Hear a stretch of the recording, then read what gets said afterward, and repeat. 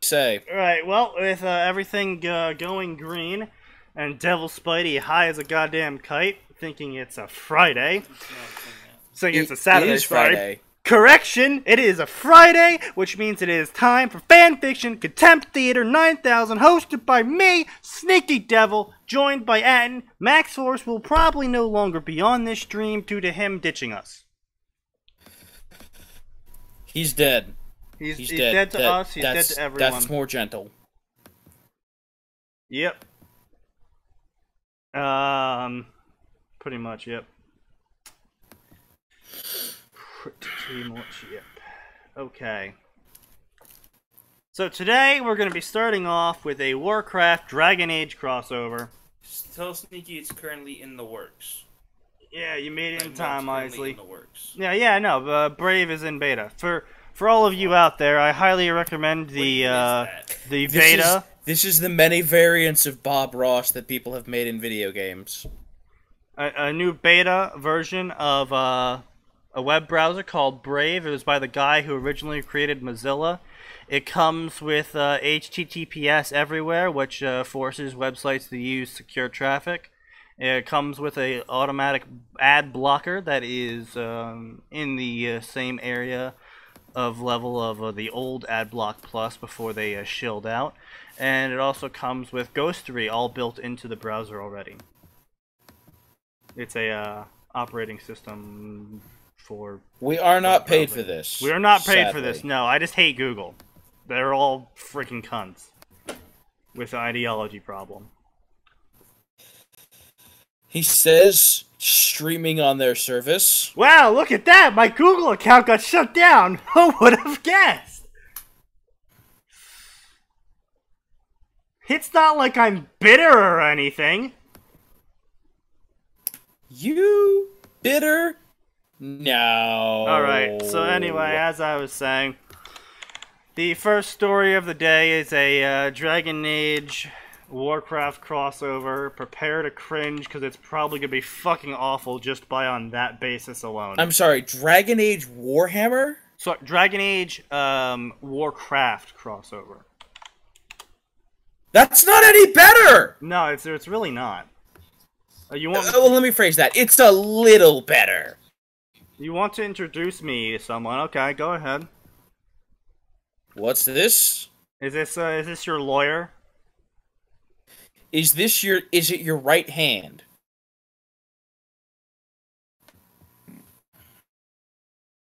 Jesus Christ, man. Have some decorum. Well, I think the entire stream heard that. Well, you're right, Isley. You are, in fact, correct. Man, I've been holding shit in for like an entire week, dude. So go shit! Fucking get the fuck out of here with your... Whatever. God damn it. Warhammer Fantasy Dragon Age crossover. I actually found a very good Warhammer Fantasy Aragon crossover. It's unfortunately dead and abandoned, but part 1 of 3 has been completed. But, you know. Cockcoker? I think I can smell him from here. Confirmed, Ricky. The stream did hear you. Oh,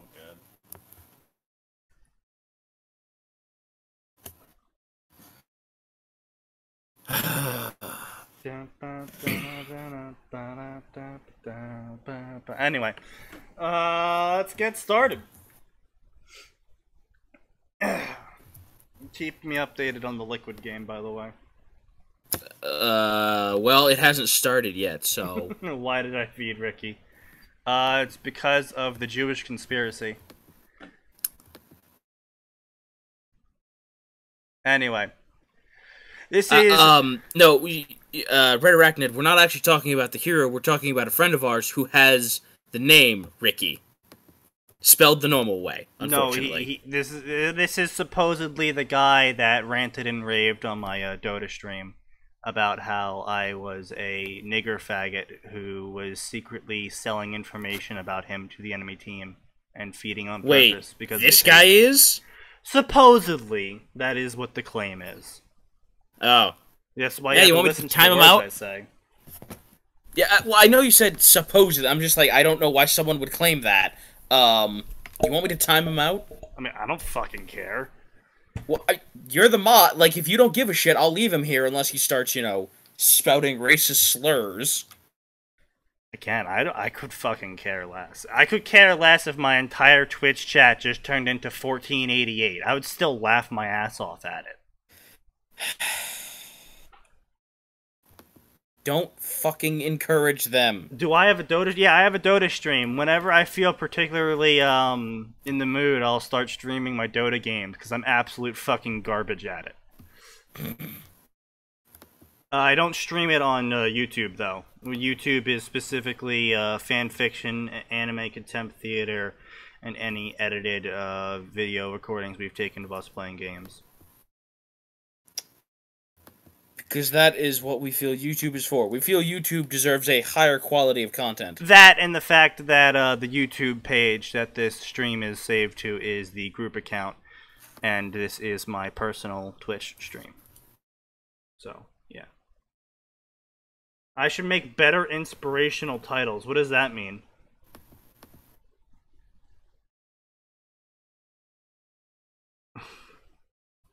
Anyway. Night Elf, Age Inquisition. Good God, it's the Night Elves. No, just the name alone already makes me want to kill someone.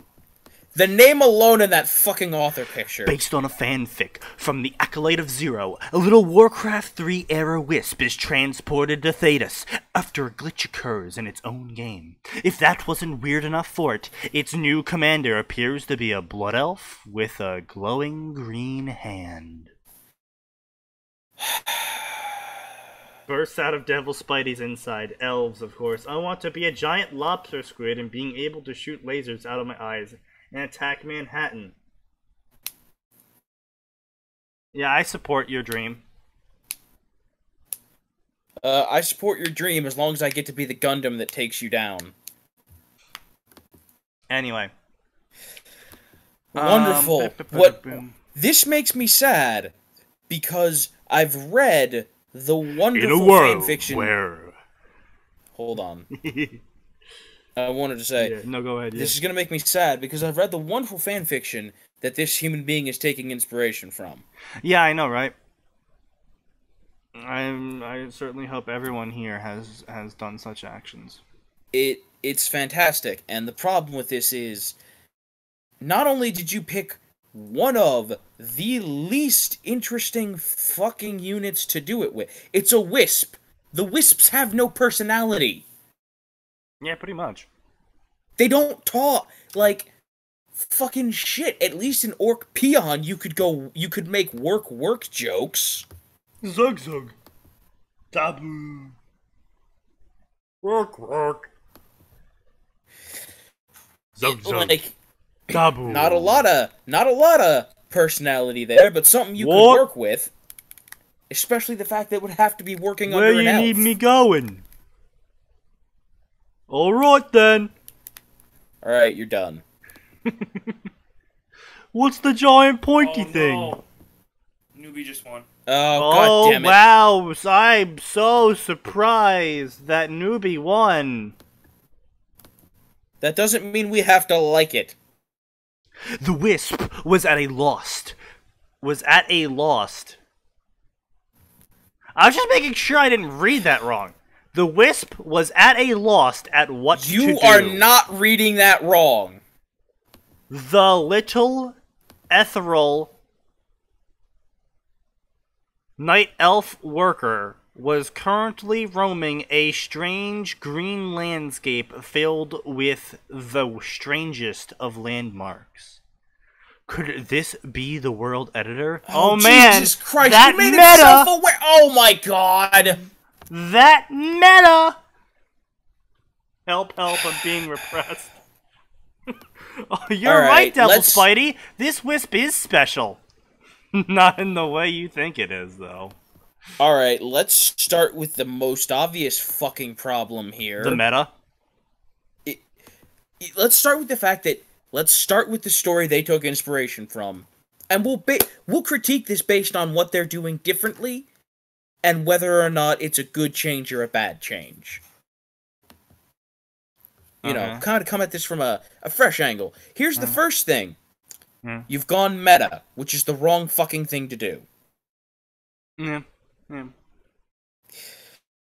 Because, first of all, you're doing this from the POV of the worker, not one of the main characters. See, the thing is, though, is the Acolyte. The POV was from the Acolyte originally as well in Acolyte of Zero. However, the key difference there is he directly referenced the game mechanics as world mechanics. So everything that happened in the game in terms of storing lumber, or this is how you get gold and minerals, and this is how you build units, everyone treated that like that was how the world worked. Now, the difference here is you're directly referencing a meta thing called the World Editor, which is a program that is external to Warcraft 3 and how Warcraft 3 works. Now, the problem there is, if you haven't been able to detect this yet, is that the World Editor is not part of the Warcraft 3 game mechanics. Never has been. Well, yeah, that's what I'm saying, Isley, is Acolyte of Zero made meta references, but the thing is, though, is he wrote it in a way that the meta references were world mechanics of how the world the Acolyte came from worked.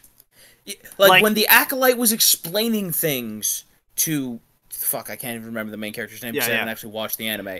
But when he was explaining things to her, he was just like... you don't understand how haunted... You don't understand how gold mines and lumber storage work? Well, you know, like, check your lumber storage. What does lumber have to do with building this? So that's what you need to build this. It's like, check your gold storage. What does gold have to do with this? Yeah. You need gold for everything. Oh, don't worry, if you die, the hero altar can revive you. You know? Like, yes, they were meta references because... Louise, thank you, game mechanics. Yeah. Louise. They were meta references, but the thing is, though, is that, like I said, he wrote them in as that was how the world operated. You're fine. So World Editor would not be there. This is a meta. This is a beyond meta reference. This is like a meta reference to something outside of the knowledge of the general. Well, I was going to say, here's the difference. The big difference here is this isn't just a meta joke. This is breaking the fourth wall entirely. Because the next line, could this be the World Editor? It thought, no, it can't be, right? One doesn't move from the campaign straight to the World Editor, not to mention remembering about it. Yeah, no, see, like, it goes beyond, oh, hey, we're gonna treat this like all the game mechanics, this is how the world operates. No, it's just straight up, I'm in a video game stuff. Lol, aren't I the funny? Well, not even just that, but it's directly contradicting itself, because it's saying... It's saying it shouldn't remember anything. Yeah. But then it's talking about how it... was accompanying Stormrage and the Warden to an offensive against Illidan's. Illidan. No, that's good. Not even Illidan. That's Illidan. Demons. Hold on. Christ. My name's Illidan, owner of the Illidan Dildome. Damn it! It's so ingrained to me. I couldn't finish the joke. I couldn't finish the joke properly. Illidan Damodome? Yes. Mission objective was achieved. There's no punctuation here. That's the other problem. The mission objective was achieved. The Eye of Sargeras was destroyed, exploding into 2 million pieces. What? But by strange twist of fate, this one wisp was caught in blast and was sent here instead. Ever since said incident, the Wisp had not received a single order from a commander or giant purple hand in sky. It didn't know how long it stood in same spot before deciding to move around the place on his own. Its own. Its own. They don't have genders. Period. Well, I was gonna say at the first thing it used the correct form. Yeah, so they're yeah.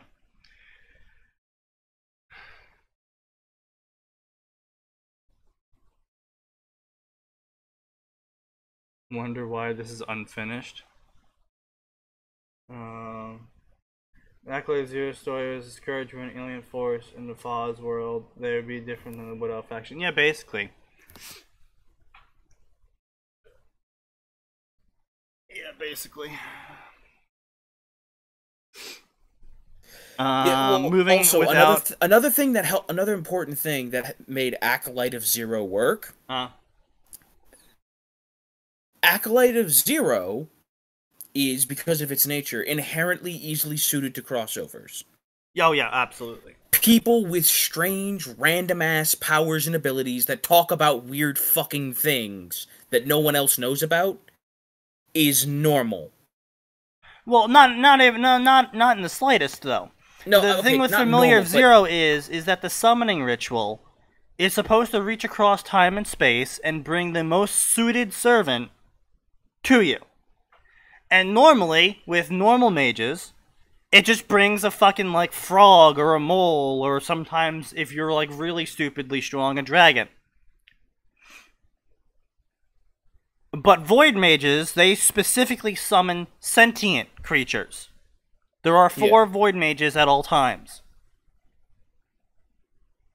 So 4 creatures from across time and space that were sentient would be summoned. Right. And that's the key part there is basically just say, okay, well, it didn't go for Saito, it, pulled blank person instead because she felt a little bit different that day than the exact way she felt in the, canon. Because that affects it, apparently, or something. Yeah. You don't need to know anything about WoW. Night Elves are Night Elves. They're elves, I was gonna say, but purple. They're very stereotypical elves. They're slightly more arrogant than your average elf, if that's possible.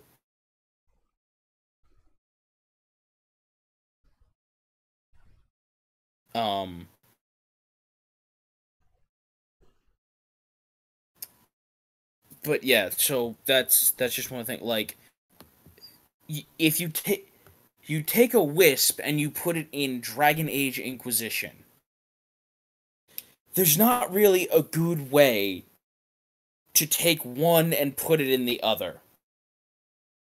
I mean, with this whole fucking bullshit Riftgate shit, I mean, maybe if you really stretch it.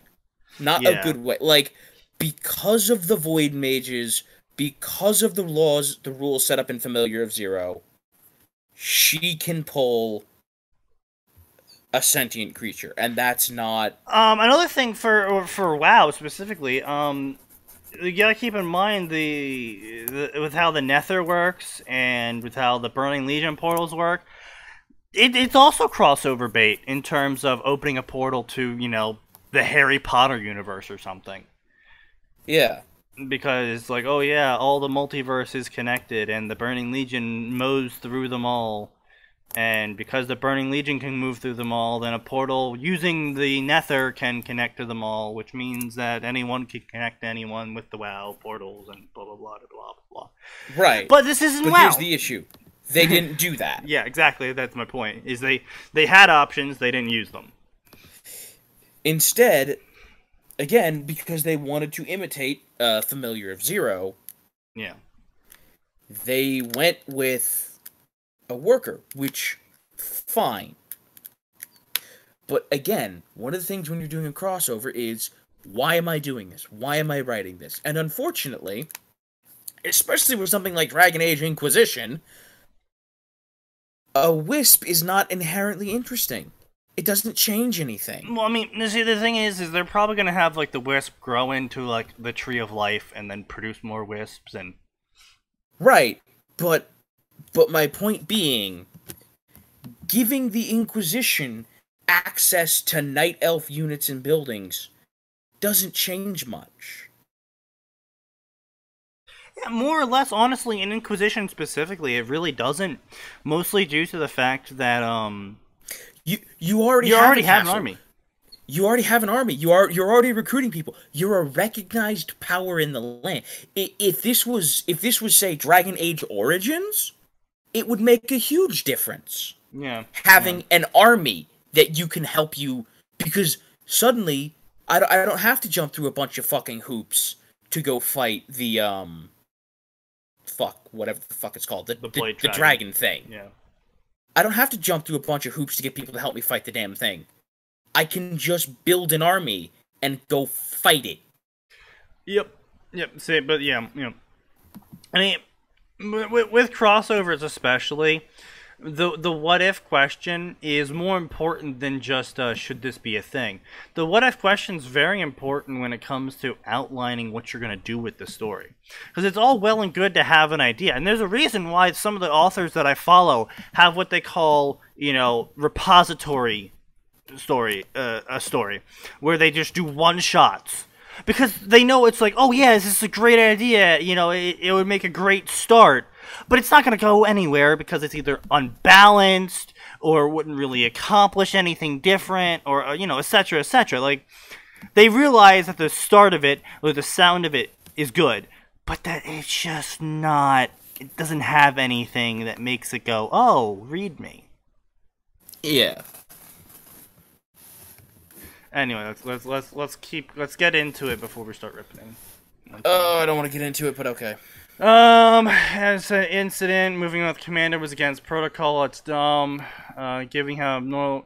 Another thing, comparing it to Accolade 0. Heroes issued orders, but all the people/units acted in what they thought was best until they were issued otherwise. Yeah. So, like, they didn't just stand there and be like, yep, we're gonna do nothing.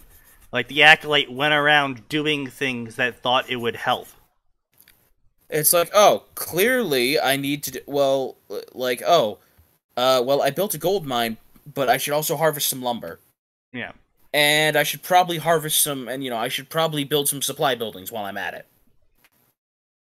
Anyway. Not sure that ever actually happened, but... Well, it's more like she was like, alright, we'll make a base here. And so he's like, okay, well, bases need supply, bases need, lumber farm, bases need gold farm, etc, etc.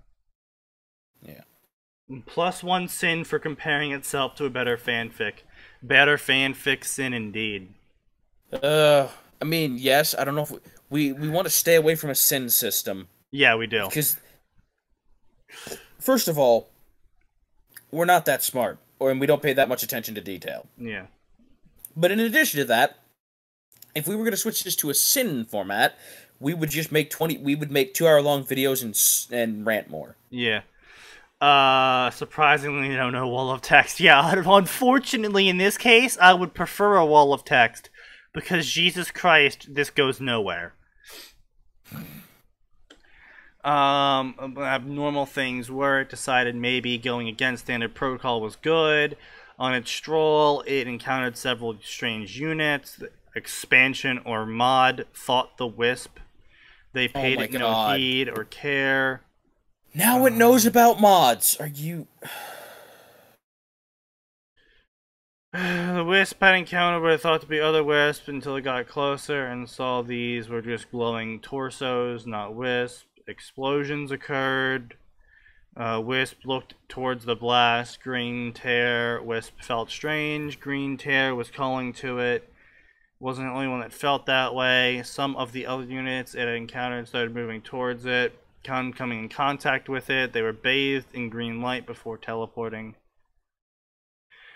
It's calling me, thought the Wisp. The only one that can call me are commanders.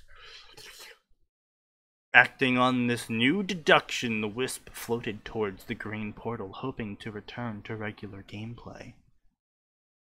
See, again, this is something that wants to go back to regular gameplay. That doesn't make any sense. Mods. Yeah, Warcraft 3 had a very prolific custom game scene. People used the world editor to do some really wild stuff for that time, at least. Other than that, I don't know what mods might be referring to. Yeah. Anyway, master storyteller, blah blah blah. Wisp floated. Bianca had scored a shot straight into Lesser Shade's face. Vera couldn't be happier. Master storyteller knew this would be happening. Getting into Temple of Sacred Ashes. Base of the demon spewing portal.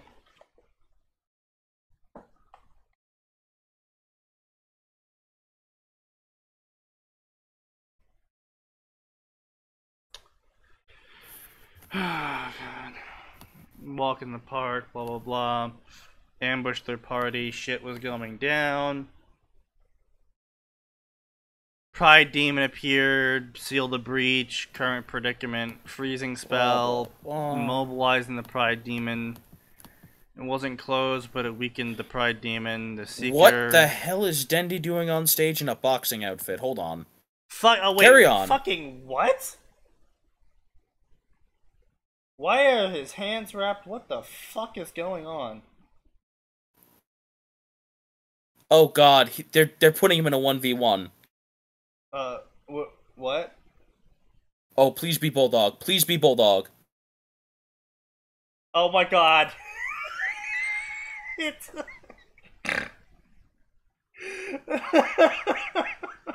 What the fuck? Oh my God. Okay, yeah, I'm just going to pretend that didn't happen and continue on. Oh, good. Dendy doesn't understand. Yeah, sorry, we're watching the Dota International stream as well, because I have like... I just wanted to see if the next game had started. Girly snort. I don't know if I ever heard a snort be called girly before. Yeah. I remember right, Lewis, right. The Acolyte was familiar with expansion packs, but he never mentioned mods.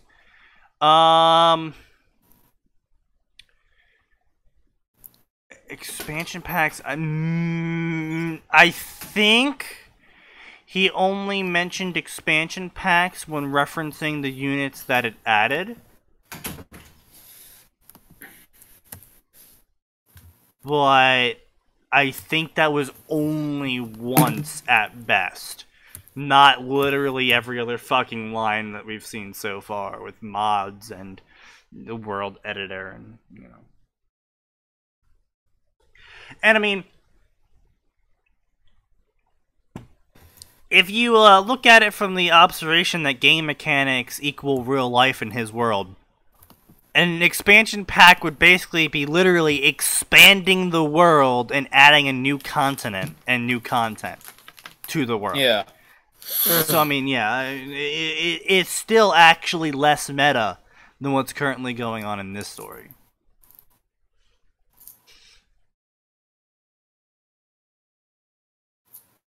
Towards the end, he mentioned modifying the flying ships for his own use. Yeah. Like I said, the concept of expansion pack I could still read without breaking my suspension of disbelief due to how he set up how, you know, world game mechanics equal world mechanics and all that fun stuff. But so far, all he's established is that the Wisp realizes it's inside a game or something. And yeah, I'm not really even sure what's going on anymore. She's alive. We need a healer. Bald Mage is healing him. Seeker heads up. The Light Ball Demon was still here and was following the Seeker. Shot an arrow at the light ball. The arrow struck but didn't down the thing. It looked towards Varric and then towards Elena, who supported the Seeker, and had a scowl that said, "I will end you." Several more arrows missed. A light ball ran away. go after it. It might endanger those in the valley. Literally, it's a ball of light, and it's not doing anything. Why would you think it's a demon? Just like, I have no idea. I have Like, no that idea makes why they would do literally zero fucking sense. Quick question, who are you supporting in Dota? I'm supporting Team Liquid. Fuck China. that. Oh boy. Let's not get started on this. I support Team Evil Geniuses, even though they fucked it up. Well, I mean, see, the thing is, though, is Bleeding Blue applies to both Liquid and EG. You're right, I can split my loyalties down the middle.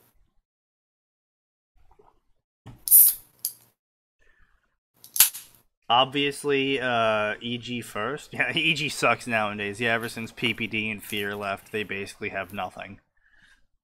I mean, They no have offense to Sumail. Universe. I mean, yeah, They have Sumail, that's it. Sumail's a great mid, yeah.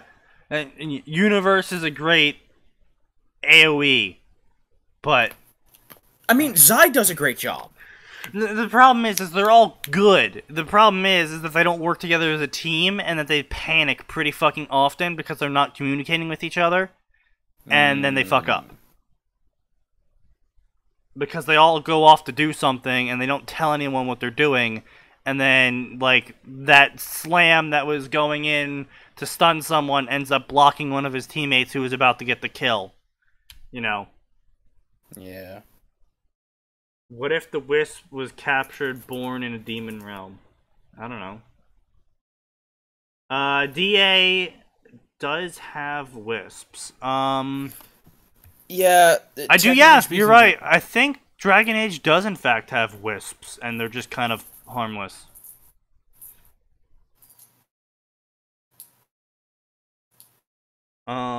As for a Wisp, I don't think Wisps can be corrupted because of how they form, basically, to my knowledge. It's something about a pact with the aspect of life and souls and something or other. It's been a while. But, yeah, I don't think I think they would just die instead of getting corrupted. Due to, you know, We how they think exist. we're not positive. But still, at the end of the day, it wasn't corrupted. Yeah. They were just like, oh, it's a ball of light. We should shoot it several times at the demon. Like, as a matter of fact, the mere fact that this particular ball of light is glowing a different color, because everything else around here is like glowing fucking green, Yeah. and this isn't. Yeah, it's going blue. Blue white. Well, a little weird. It didn't try to attack us. Perhaps it wasn't a demon. Either way, I'm worn out. Blah blah blah. Weird stuff. Tavern. Suits yourself. Oh god. Suits yourself. Oh boy. That's how you. Wisp was confused. New commander, Blood Elf. A non-Night Elf skin, recognized hero unit, a new character model from an expansion. Yes, an expansion.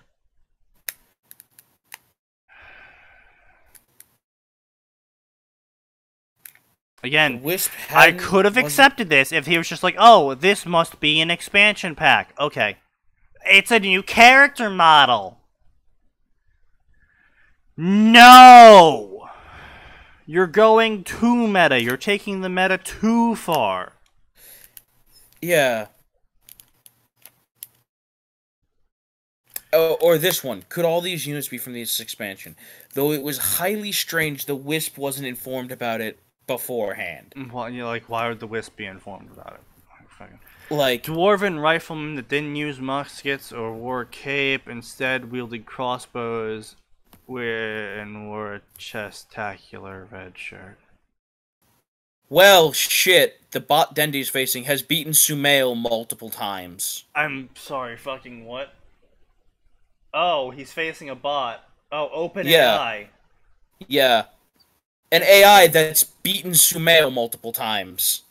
Well, I mean, it's currently kicking the shit out of him. I mean, like, holy fucking shit, look at that CS deny.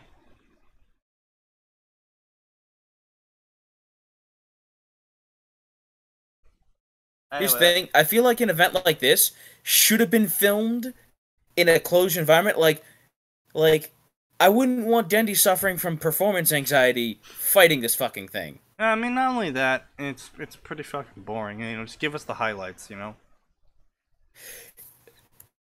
And not only that, they're now asking. They're like, Dendy, does it feel like a player? Give us the highlights. Dendy can't give you any fucking highlights. He's a little fucking busy trying to beat an AI, guys. Yeah, I know, right? It's a live streamception. Yeah, you're right, it is. We're giving you a live stream of a live stream. Let's see. Bald Elven Priest, female footman, no helmet, new unit, very strange. Liz came into contact with new commander. The other unit started shooting at him. Why were they shooting at him? You're using the him pronouns. It's not a him, it's an it. No tree of life. It would make more sense to keep it alive. Does that mean they're enemy units? No. The blood elf woman was its commander. The wisp is sure of it. Give us artifact gameplay. Another brilliant. It presents a new problem. Two pursuing footmen. The wisp discovered they had taken the commander to their strange town hall. When were town halls that big? How did they enter it? Only human peasants are able to enter town halls. Oh my god. Another serious breach in game protocol. Like, my problem with this is, the biggest problem with this fucking meta joke. It's treating it as a game and not the world. Like, that is the difference between Acolyte of Zero and the Night Elf Age of Inquisition. One treats the game like it's the world, and the other one treats the world like it's a game.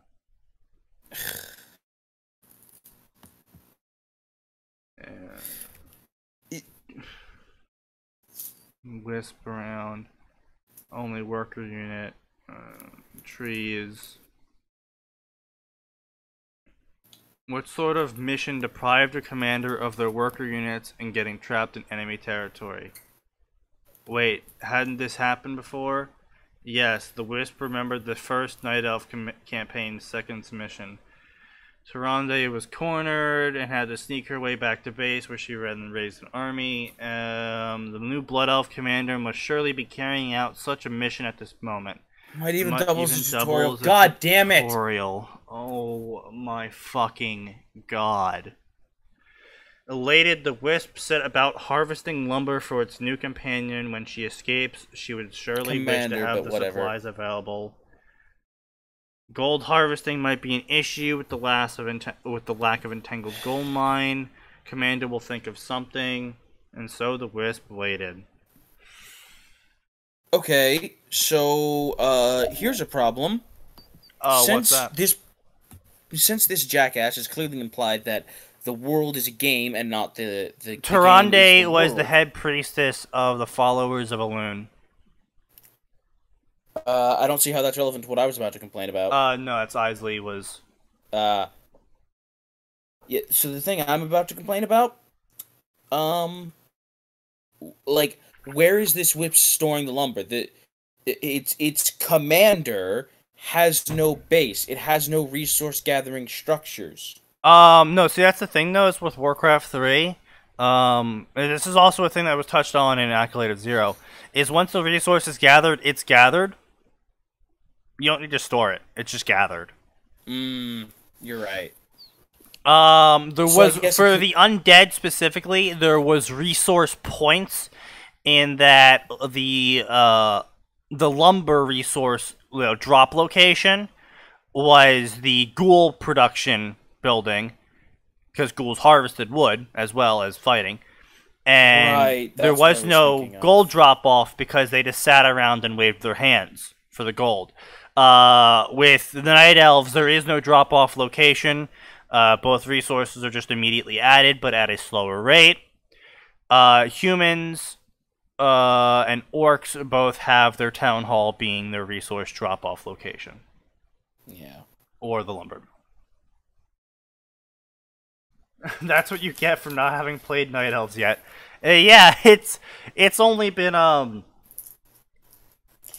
16 years. I was gonna say it's rather not a case of having never played them. It's a case of haven't played them in, I think, like 14 years. Probably. Anyway, so this story was garbage. The person who wrote it should feel like garbage, and it's a pale and sad imitation of what it wants to be. Indeed, and it is insulting to everyone that claimed otherwise. All right, so here we go. We got Dreadlord. It's a Warcraft Naruto crossover. Oh.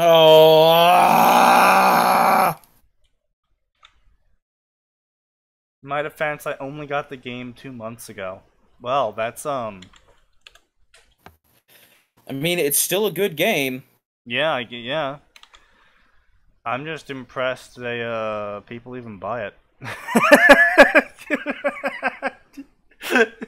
Well, what's wrong, Devil Spidey?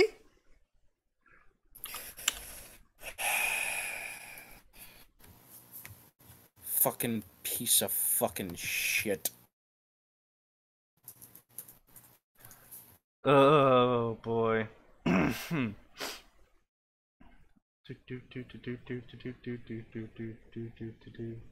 God, it's me. You know the drill. Wow. So I was like, I told Ricky what this is, and he's just noped out. He's got his headphones in. Let's go. Sneaky that for some reason I can't download files from Brave. Well, I have no problem downloading files from Brave, so maybe just you're retarded again, or maybe you should stop trying to download porn. He says stop trying to download porn. Tell him that it's reaction images. It's reaction images. It's still porn. Counts as porn, probably. That might also be cropped porn.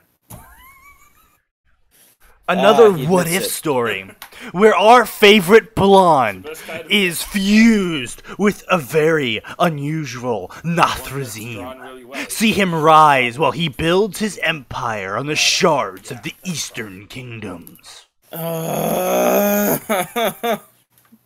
want to take the ability to write away from these people. I know, right? Alright, so this is the, Wow! What? They got an image commissioned specifically for this story, and that is the edgelordiest fucking image. Can you share it out with the stream in a bigger format? I cannot. That is actually the largest format you can find of this. Oh my god! Look at this fucking edgelord bullshit, Ricky. He's bullshit edgelord. What the fuck? They had the image specifically commissioned for their piece of shit story. It's Naruto the Dreadlord. So Dendy just gave up.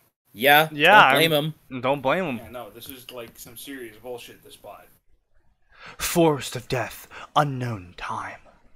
He laid on something metallic, feeling how his blood slowly poured out of the giant wound on his back. He held the scroll of forbidden techniques tightly to his chest. His name was Naruto Uzumaki, and he was poisoned and dying. When Mizuki asked him to steal the scroll, he thought that it was some special test. Naivete, his greatest weakness, and now he found himself in such situation.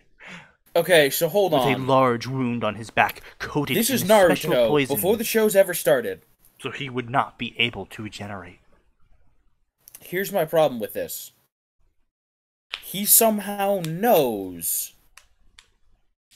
that naivete is one of his biggest problems, and yet he still fell for it.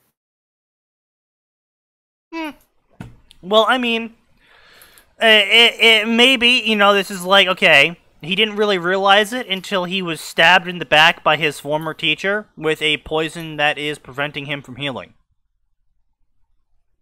Possible. You know, he's on your deathbed and you're like, man, that was pretty fucking stupid of me looking back on it.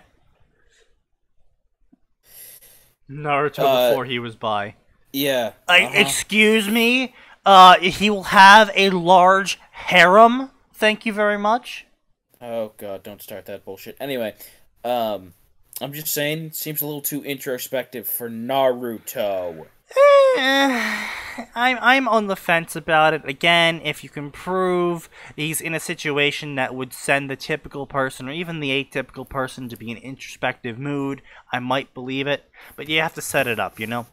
It's got to be set up. For the Naruto we know, even before he went through the bullshit he went through, he wouldn't be busy introspecting. He would be busy trying to push himself up and muttering about how he's going to win, blah, blah, blah, blah, blah, blah. He doesn't give up. He chased after Sasuke's virginity for 2 seasons. This is true. Naruto growled he never wanted to die, at least like this. Unknown to him, he never wanted to the die. cold Surprise, metal he was lying on was part of the armor. Symbiotic Nathrazim armor.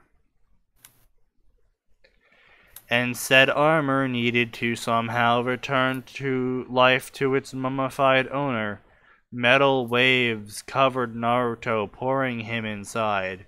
Unfortunately, the spark of life that remained in the body of the demon, which was bound to this plane of existence with a special seal, so he couldn't leave and reform in the Twisted Nether, was too weak to fight the young and powerful soul of Naruto. Okay, not how that works in the slightest.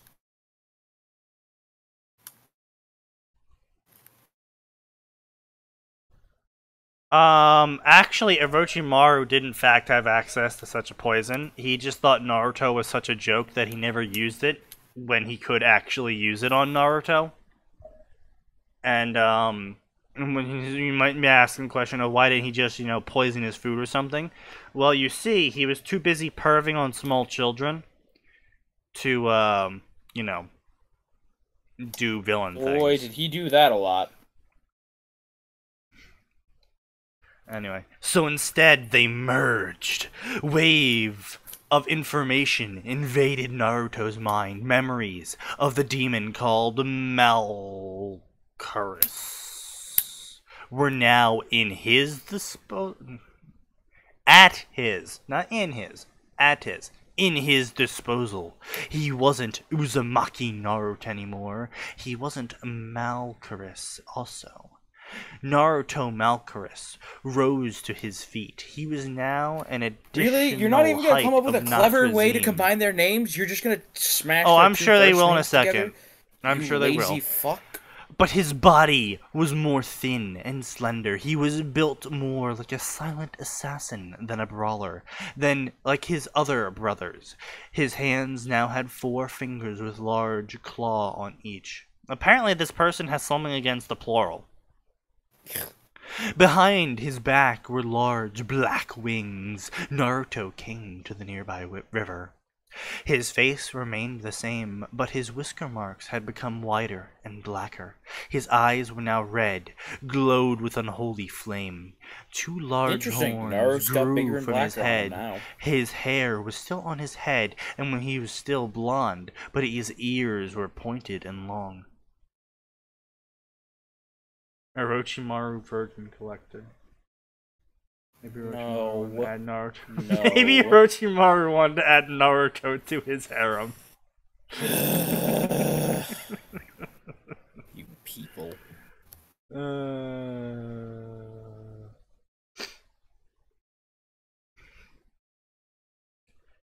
He was now clad in the Nathrazim armor, and his legs ended with hooves. He looked like a real demon now, and power coursed through his veins. Naruto smiled to his reflection, showing 2 rows of needle-sharp teeth. He liked this. Somewhere inside his cage, Kurama gulped and made a thankful prayer to Death God. The Death God. Whose powers created this cage and prevented him from being absorbed and fused into that creature that stood near the river. Naruto looked to his right. Somebody was trying to get through the bushes. Where is that brat? I swear when I will find him. It's just when I find him. Why are you adding extra words? You have... Mizuki stopped blabbering when his face bumped into something metallic. Two large clawed hands grabbed his head. I'm sorry, you're expecting me to believe that Mizuki wouldn't fucking notice this? How long until this fic develops into smut with descriptions like that? It's only a matter of time. I literally stopped watching, caring about Naruto after seeing him chase after Sasuke. I remember one of my friends who stopped watching Naruto before the Fourth War started, and he was like, oh wait, well how do you explain the Fourth War to me? So I was like, zombies. And he's like, really? I'm like, yeah. Zombies. Cannon How do you explain fodder. the Fourth War? I don't. Giant tree that turned into a flower. And then they all had some rope and did a tug of war with a bunch of souls. Which, by the way, if you pay attention, they are in fact using rope on the souls. And people said use rope was useless skill. Oh, get the fuck out of here with your use rope meme.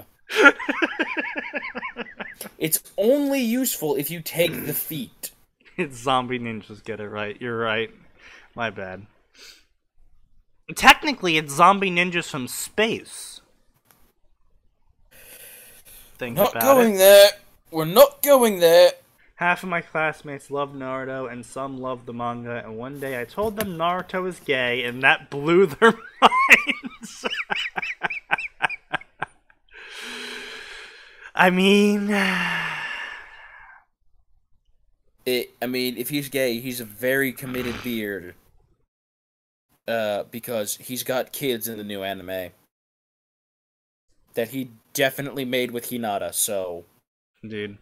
Two large clawed hands grabbed his head. He looked up and saw smiling demonic face of Naruto. That was the last thing he saw in his life before the claws on his big fingers pierced his eyes and brain. Wait, Naruto just killed himself? Naruto made Mizuki kill himself? Like, see, that's the problem here. That was the last thing he saw in his life before the claws on his big fingers pierced his eyes and brain. Because you're still using his and have not indicated a new noun that you're bouncing the pronouns off of, you are indicating Mizuki just stabbed clawed hands into his own eyes and brain. Which is possible if he was mind-controlled or something. But I'm pretty sure what you meant to say was Naruto did the stabbing. And if this is why grammar is important, boys and girls. Like you say, and if you didn't mean to say that, then you fucked up, and that's equally unforgivable. Either way, you're shit, and you're writing shit. Twisted nether. Wait, hold on. Suddenly, he felt that something was wrong. Magic circle burned under his hooves. With a loud scream, he disappeared from his world. Twisted nether, location unknown, and time.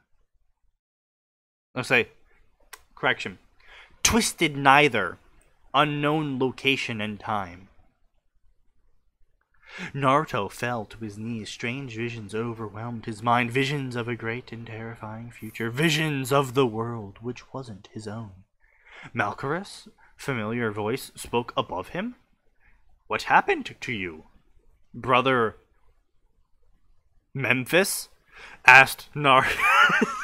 Brother Memphis, did we suddenly enter a Southern Baptist preacher convention? I'm not even gonna try and pronounce that. Asked Naruto, using memories of Malk. Brother, I was ambushed and defeated. My essence was bound to the plane of mortal existence and cease to exist. That was the plan of my enemies. Fortunately, I managed to absorb the life energy of a mortal. Unfortunately, it changed my appearance. Memphis nodded. Just to be sure, we have no record of any bullshit like this happening, right? No, this doesn't happen at all. Period. Ever. I was gonna say, it's been a while since I played WoW. Haven't followed the lore. Pretty sure that's nonsense. I know he misspelled it as well. Yeah, I know. Mizuki realized what fic he was in and had to get out. And I wouldn't blame him. Memphis nodded. Good. Anyway, after some checking, we will once again place you on the field. If current campaign will go as planned, I will give you promotion and send you into our diplomatic corpus. I'm sorry. Diplomatic you mean corpus. to tell me You will be a blessing for them. the Burning Legion has a diplomatic corps? Technically speaking, yeah, they do. The typical MO of a Burning Legion invasion is to first get some plants in there. So typically the Nothrazim do go in and promise power and whatnot. And technically speaking, it is an intelligent idea to put a very human-looking Nothrazim in the diplomatic corps because, you know, they're kind of fucking monstrous as shit. Oh, you say, what's Jaina, you know, if you're trying to convince Jaina to become a Dreadlord, which everyone seems to think that's the direction the new expansion is going, who's she gonna listen to? I'm sorry, what the fuck? Wait, what? People are really convinced Jaina's a Dreadlord. What? Can you fill me in on this one? Because I'm a bit fucking confused. Hold on. I have to look up the theory. Yeah, for the record, if you type is and then Jane, one of the first results is Jaina a Dreadlord? Okay, this is from May 26th. Okay, here we go. This is someone asking for an explanation. Okay. Come on, Reddit. Fucking load.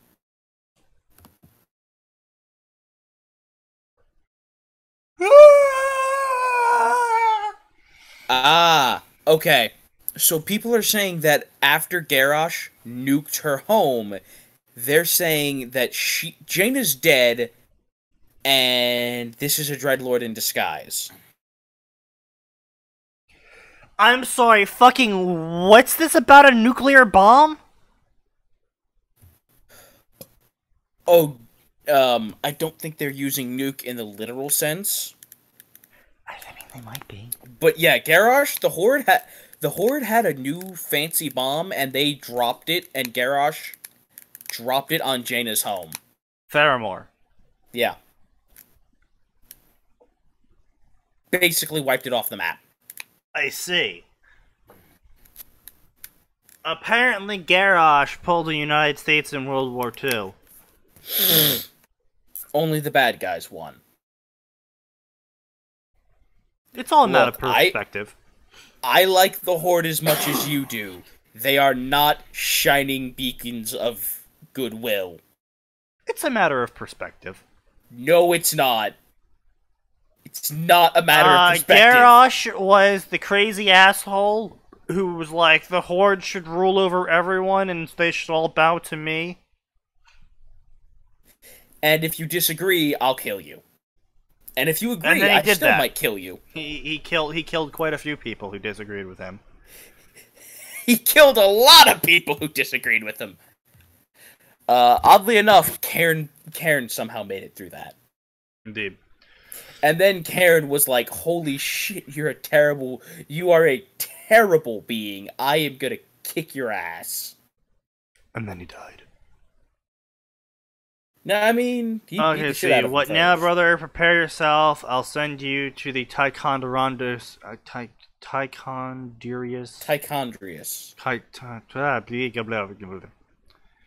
Ignore my minor aneurysm. I cannot just leave activities of our brother without any kind of overseeing. I will send you to be my official scarecrow. Why do I think that you see me now after my appearance changed as defective and sends me into nest of snakes? You know it, brother. That's how we always live. What? They would never be that open about it. Question mark? Question mark? Question mark? The fuck? Did I just read? Just accept it. Like, not even you're my official scarecrow. What the fuck does that even mean? I think he means he wants him to represent him and keep people off his back. That's my best guess. I don't know. You're using words that I do not think you realize the meaning of.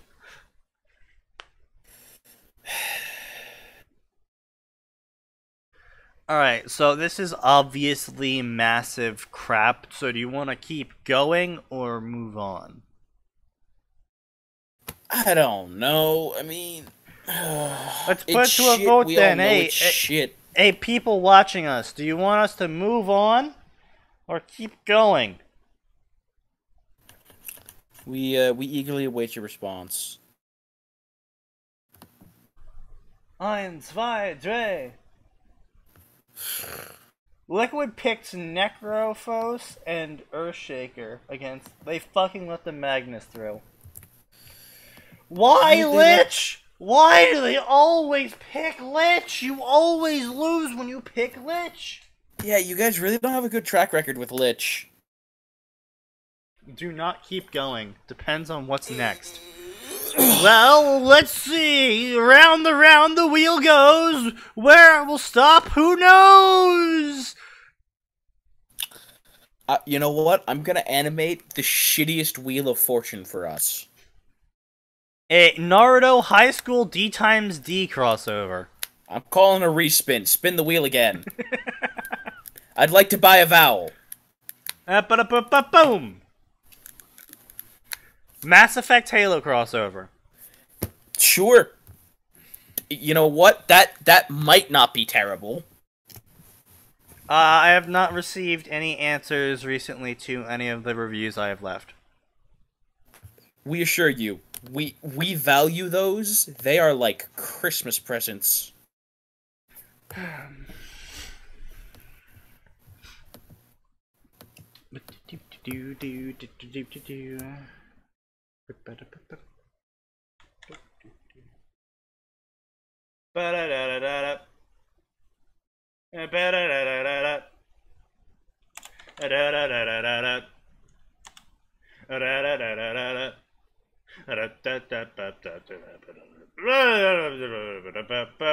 Alternatively, they could Ban the anti-mage.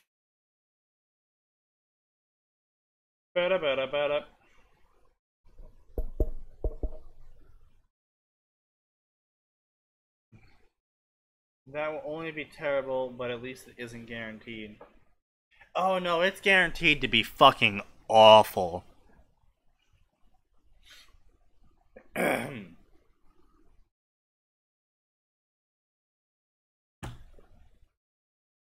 Halo Mass Effect crossover. The Grave Effect. By Zack the Reaper 74. Following the destruction of the Covenant Empire and Truth, the Gravemind has one last trick up its sleeve for the survival of fusing its entire consciousness into a human host, ensuring its survival. Now, a lone Marine and the Gravemind must venture out beyond the galaxy they once knew to a somewhat familiar yet strange galaxy that is brimming with new possibilities. God damn it, I forgot you put this one in there. God damn it. Just give me the fucking link. Yep. Fuck me. No. 9, 2, 3. You did it to me, asshole. You're right. Which is why I'm not getting upset. Would my computer click the link? Click the link. The D times D one, I think I've seen. You guys will enjoy it significantly. That does not give me... That makes me want to stay far away from it for several months. Indeed.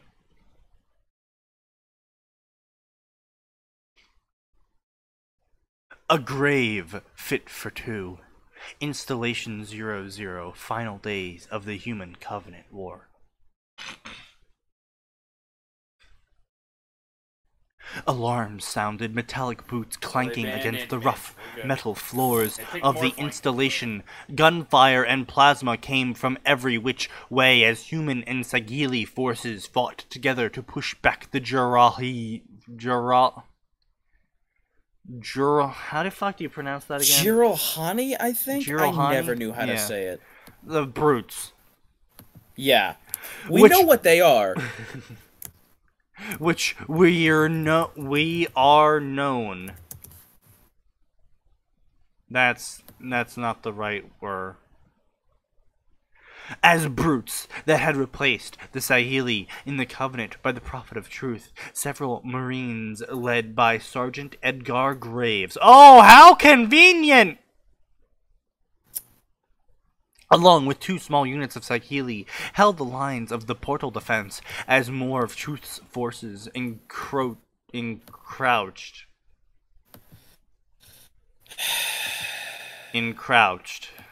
on their position, as they used several wraiths and banshees. Possessive form. Why is it the possessive form? Also, To if they fire have on several their wraiths position. and banshees, I'm No, sorry. several wraiths and 1 banshee. I'm sorry, they have several wraiths and a banshee. 5 Edgar Graves is OC. Marines. 5 Marines and a couple of elites would not hold off. Like, unless they're literally inside a fortified bunker, and they're not because it's the portal defense, they're not keeping several wraiths and a banshee out. Yeah, They're not. The banshee would fly like 100 feet overhead and be like, "Hey, aim here." For fuck's sake, it could shoot fuel rod shots. Indeed. Anyway.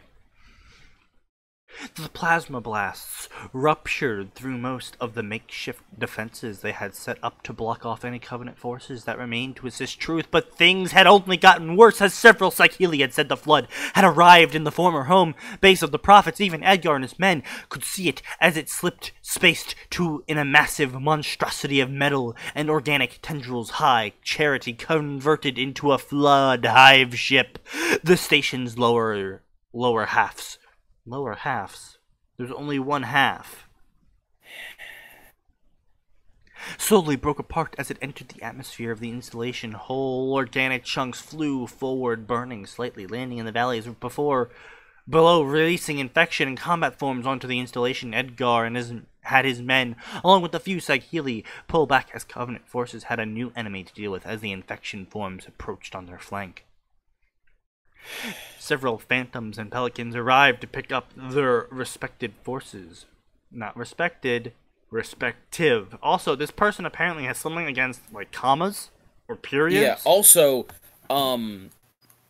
those dropships would be fighting each other, like, immediately. Even if the Pelicans didn't start it, which I wouldn't necessarily believe of the UNSC pilots at this stage in the war. The elite pilots and the brute pilots would take one look at the other two guys' dropships and be like, fuck them up.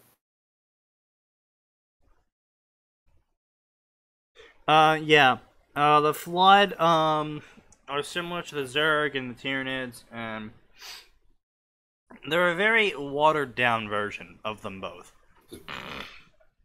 Well, And there is one overarching consciousness that controls them and I directs was them. gonna say, they're watered down in some ways, they're worse in other. Like, Not really. because- They're not really worse than others. The main thing with the Flood is that they can't produce new units. They can't produce, You're right. Well, no, they can produce new units. They just have to have sufficient biomass there. What I'm saying is, like, the Tyranids are like, oh no, we have a tank coming up. I'll just morph, another anti-tank, Carnifex. Yeah. The Flood can't do that. They're like, oh no, a tank's coming. Is there any rocket launchers around? Nope, time to just run at it. No, they could totally just morph a tank form. No, not unless they had sufficiently infested the area. Okay, yes. But I'm like, Tyranids can do that on the field as it's happening without even having infesting the area. Yes. And Zerg can sort of Zerg are like a watered down version of Tyranids in that they're capable of learning from conflicts and, reacting afterwards. Yeah.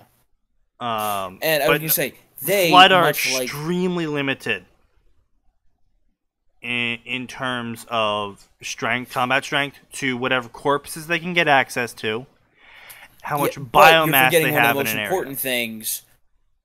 If now this is a late stage flood infestation, but if they have access to the grave mind, they are far more dangerous than either the Zerg or the Tyranids, because the grave mind remembers everything from everyone that is eaten.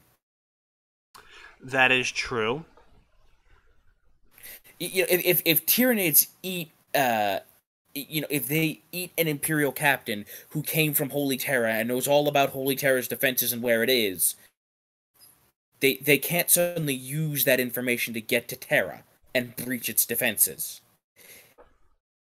That was why it was such a problem when the Flood took Captain Keyes, because that proto-Gravemind had stolen Earth's location, and it had gotten most of Keyes' information about it. Only the fact that it was still a proto-Gravemind, and the fact that such a long time passed, and on top of that, the whole ripping the chip out of the Gravemind.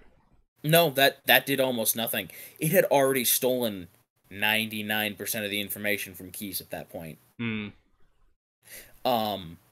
mean, ripping the chip out did more or less kill the proto-Gravemind, but ripping the chip out wasn't what prevented it from getting the information. Literally, Sneaky, all the information that chip had was Keyes' RFID, identifying him as a captain in the UNSC, and his serial number. I see. It's been a while. Yeah. I only remember it because I read the book. I mean, so did I. It's just been a while. Yeah. Anyway. But, so yeah. That's what I mean by the Flood are worse, because, yes. Well, yeah, but, I mean, they still can't do much, though. Like, again, their military strength is purely based off of... It can operate a slip space drive and give it coordinates. That is true, but they all can do that as well. What I'm saying, though, is that while they're superior in terms of knowledge sometimes, they severely lack fighting capacity. They're really good at defense of what they've already taken. Yes. But when it comes to taking new territory, fucking like what's a bunch of Flood gonna do against an AI controlled Scarab? Nothing. Well, I mean, that's not true. Like, here's the thing: if it has to throw 1,000 infected people in there, because they can jump up into that Scarab. Yep. If it has to throw 1,000 people in there, in fact, an AI controlled Scarab is more vulnerable in some ways, because it won't have a bunch of people on it defending it.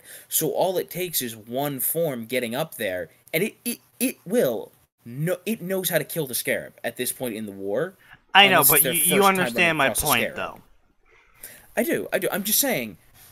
It's why the Sentinels are so effective against the Floods, because they can't be corrupted. I mean, yeah, they can go rampant, but they can't be corrupted by the Flood. There's no Flood-infested Sentinels out there. No, but in some ways they can be corrupted. They can be convinced to work for it. Yes, Isley. I don't remember Sentinels ever not killing Flood. Yeah, yes, the Gravemind is absolutely that. Yeah. Only slightly more obnoxious in that if it ever gets to the Gravemind state, any Gravemind that follows after it will have all of its information. Yep. And even if you kill all the existing grave mines, all it takes is one careless motherfucker letting an infestation get far enough along to build a grave mine, and you're back to the problem. Pretty much. Anyway, Phantoms, picking up Captain Keys, wait, what? Oh, right, Captain Keys, the daughter. Yeah, I was gonna say, that was something that annoyed me in the games. And it continues to annoy me in fanfiction. I wish people would put just a little bit of differentiation. Just say Miranda. I know, right? Like seriously, Chief was going just to say Miranda and ring. Jacob. That's all we want. Oh my god. Use their first names. Oh my god. What is it now? It appeared the Master Chief was going to ignite the Halo Ring to kill the Flood. That is not how that works. Phantoms split from the Pelicans. They withdrew. Edgar watched from the back of the Pelican, surviving wounded. Flood forms marched outward from High Charity, infecting everything. I was gonna say, in fact, that's one of my favorite little subtle retcons they tried to get away with. Remember, in the original Halo, the Halo didn't kill the Flood. Yeah. Wait, they tried to retcon that? Yeah, remember? They tried to sweep it under the rug that no, the Halos do kill the Flood. I don't remember that. I'm pretty sure it's at the end of 3 where they say the pulse will kill all the localized matter. Like it would still kill everyone else, but it would kill the Flood too. Maybe that's a modified pulse then? Yeah, like that's what I'm saying. Like the only reason that was going to work was because remember it was the incomplete installation 4. Yeah. Yeah, I think that was just an unfocused fuck all life forms pulse, not a prevent. Yeah, which Flood never pulse. made any sense to me. Like, I know it does make sense. So basically, the Halos were supposed to kill everything that could be used to feed the Flood. Right, but here's my problem with that, Sneaky. Yeah. They'd already, because of the librarian, they already had vaults that would keep life protected.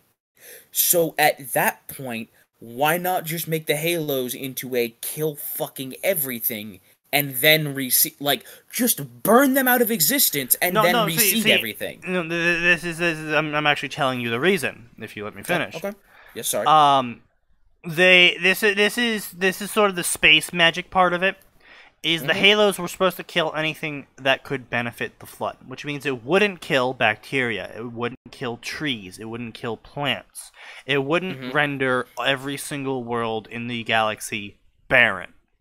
And that was the key part, because the Forerunners believed that as long as they let basic life continue, and they just killed anything that could feed the Flood, eventually the Flood would die off. And eventually, after that, life would evolve into larger creatures once more, and the cycle would begin again. Right. They were wrong,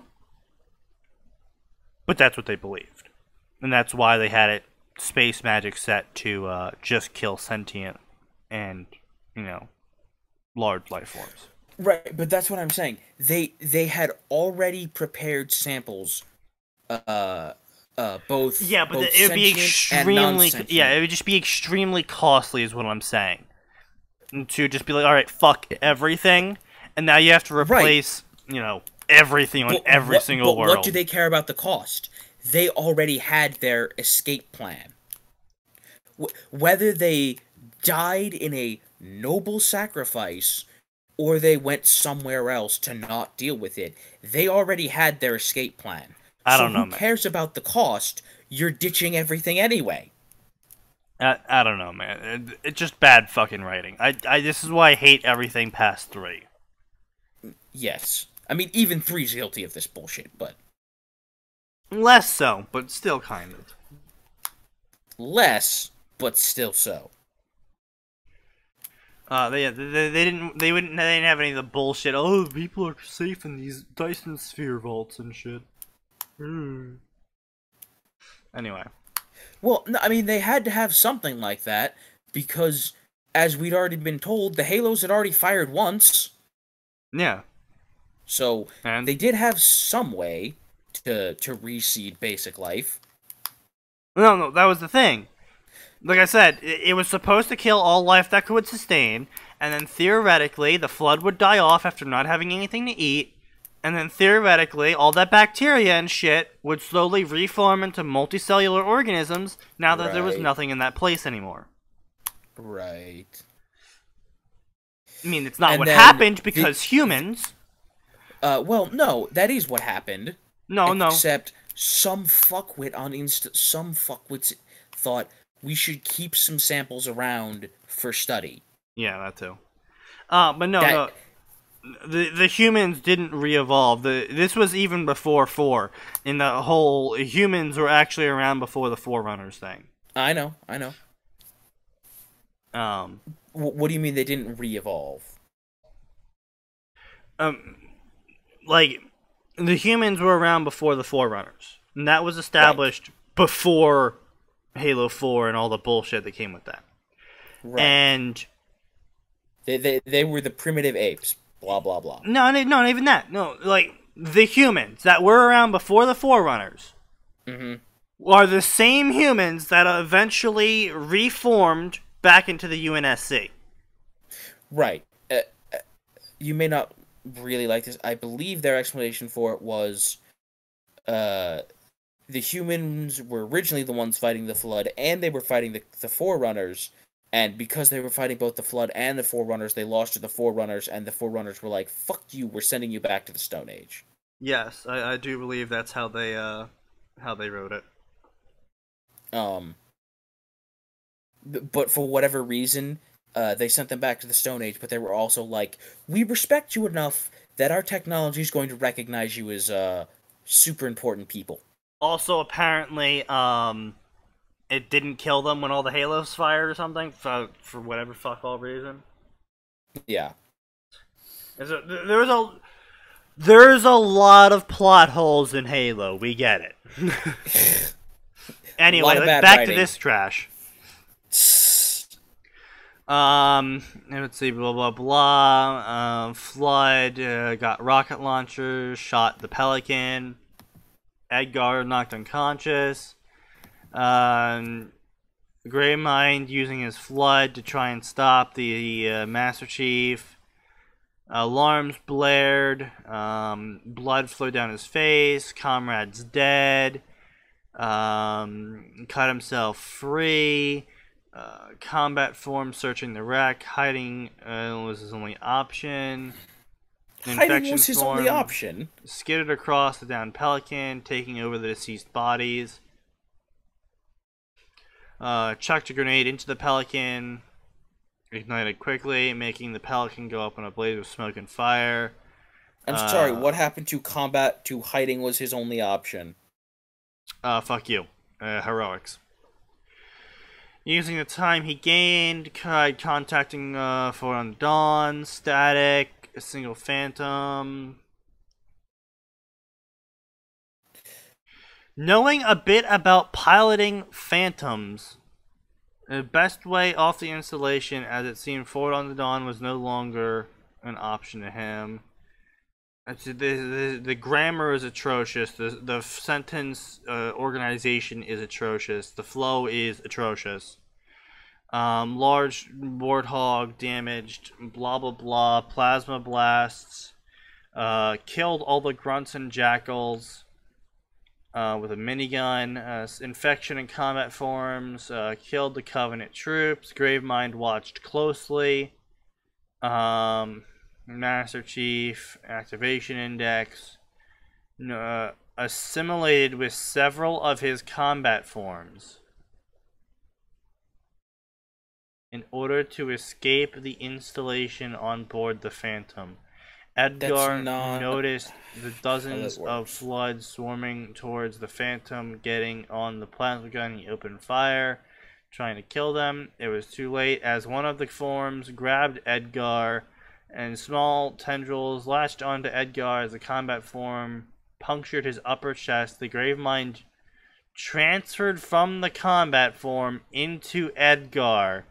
Images blurred together different ways, both old and new, all blended together at the center of the flood, consuming all the life, adding to its own till all life in the galaxy would be drowned out by the formless Gravemind.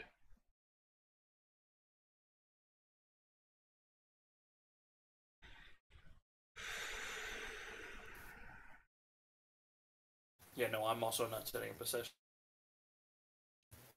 How much of the... Okay, shall we... Sneaky, do you want to take this rant? Since I've been doing a bit of rant... I've been doing an excessive amount of ranting today. Our inarticulate groaning is not part of the ranting. Okay. Yeah. Just feel free to chip in, I guess. I will. Where do I fucking begin with this? Okay, first off, no.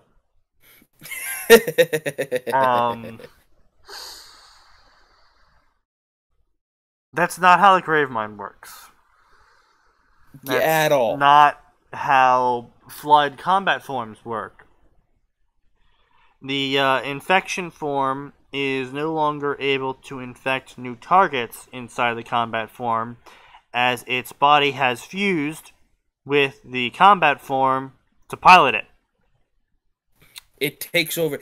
It literally... This is from Halo 1. From the Halo 1 book. It paralyzes your central nervous system.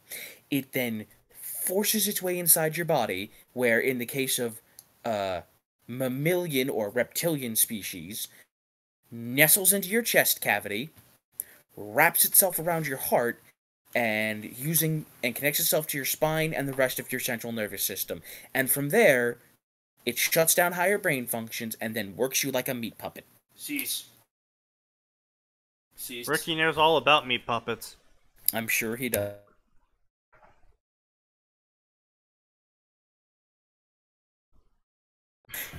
He thought I was describing an Australian creature. I'm sure that there's one that exists. There might be one that exists out there, Australia. I'm sure there is. The fact that I'm not ow. disputing you. Oh, okay. Okay, yeah, I mean, I haven't been remembering to put the rant screen on, but at the same time, it's just like, this requires me to sit down and be like, okay. What the fuck?! Okay, so since this is apparently a common theme, I'm gonna go over it again. Suspension of disbelief. Since we don't know exactly how the Gravemind works, one could assume that as long as flood in the area exists, the Gravemind might exist in some capacity. Well, actually, we do know how. The makers of Halo, were nice enough to, in the Halo 3 art book, give us a wonderful little breakdown of the stages of a flood infection, and there are 3 phases. There's the initial phase, like what we see on Installation 04, which is where it's just a bunch of little infection forms running around, sticking themselves into whatever they can find, and making them into combat forms to beat the hell out of things that aren't submitting. Since, after all, the Flood don't care if the corpse is alive or freshly dead. The Flood's all about that necrophilia. Yes, they are. And so, in that phase, the Flood can only communicate via basically, they are barely above insects. They communicate with pheromones, and it's like, danger this way, don't murder this thing, put thing here. Real basic shit. Once they've gotten a sufficient number of infected individuals, they will begin, based on basically pre-programmed hive instinct, they will begin shoving as much biomass as they can together in a central location to begin a grave mind. This becomes a proto-grave mind. It's not the kind of thing we see in Halo 3, or Halo 2, that's, it's self-aware, it's sentient, and it's commanding people, but it is giving them general directions, telling them, go here, get me this, try to get that, those kinds of things. This is because the proto-grave mind is preparing them to leave wherever they currently are and spread the infection vector. And once it reaches a grave mind status, the grave mind, after having infected most of the planet, will gather up whatever method it can to move from the continent, from the planet, from the wherever it might be, right? And it gathers them all up, and it ships a bunch off to start the process all over again. And as far as I'm aware, there is one overarching grave mind at all times. And if there isn't, one will be created. Yes. And again, all grave minds, through pretty much space magic, know everything that every other grave mind's ever known. Yeah. So, the first grave mind that murdered the Forerunners, even if that one's long dead, the one on Installation, what was it? What was the one in Halo 2? Installation 7? 05. 05, yeah. The one on Installation 5 knows everything about fighting the Forerunners, which is why they've gotten more and more effective at killing their technology, and LGD fell for the replicant bait. They used RP on the replicant. Actually, the Flood form knew everything about the Forerunner technology, is why I was able to run it, and it was able to run High Charity completely. Yep, because it knew everything. Because it assimilated truth and regret. Profits. It's why it was able to take over. Flood. Yeah. Like, it was a combination of, here's the thing, it assimilated truth and regret, and then it was better at flying High Charity than they were, because it knew all the stuff about High Charity that they didn't. Well, yeah, because it also assimilated grunts and jackals and elites. But that's what I'm saying. And it had originally assimilated Forerunners as well. Interestingly enough, it kind of backfired too, because when Chief killed it, when the Ark exploded, effectively, it killed literally almost every single Flood form. Yeah, that is the downside of them reaching the grave mind status. Well, to be fair, that was all. Like, that is the one downside of we've reached grave mind status.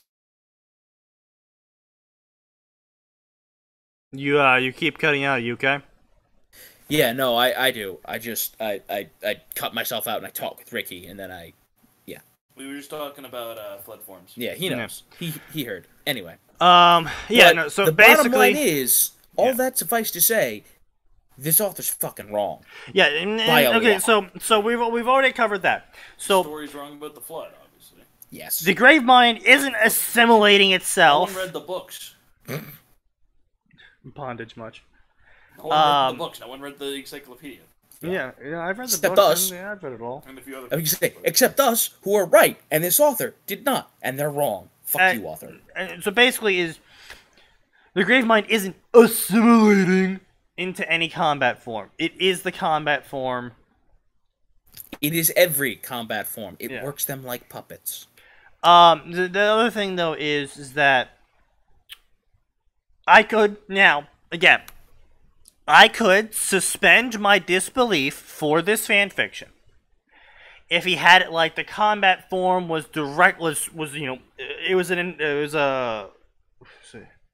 what were those things called? The tank, the shooters that were just like directly born of Flood forms. Pure forms. The pure forms. Yeah, I would believe it. Out of nothing but Flood biomass. Yeah, I would believe. This is where I could suspend my disbelief.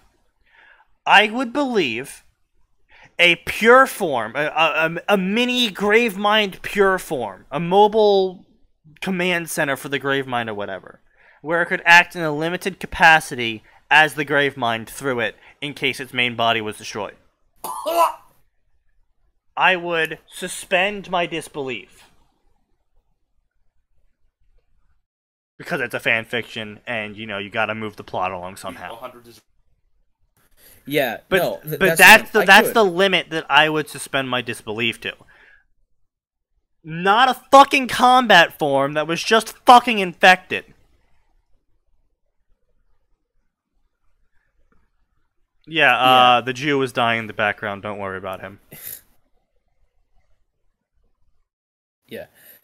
Again, because for me, another part of this problem would be, okay, so it just freshly infected a combat form. Why would it pick that? Like, if this is such a problem, too much thought into a fanfic. When, say, the chief was destroying Installation 5, didn't it do this to run away? Exactly. Why did it have to send Flood onto High Charity to take over High Charity and hopefully rebuild it there, since it knew there was enough mass on High Charity? The answer, it couldn't. And you're stupid and wrong, author. Alright, so now that we've covered that part of why they're fucking retarded, let's cover the other part. Punching a hole into Graves and injecting the grave mind into him. We are here to be excessive, Devil Spidey. Welcome back. So, injecting the grave mind into someone. Fucking A, first off, no. Second off, how? Third off, are you just gonna blame space magic? Because, again, there's not much for a suspension of disbelief that can be done there. Because, honestly, it's the grave mind.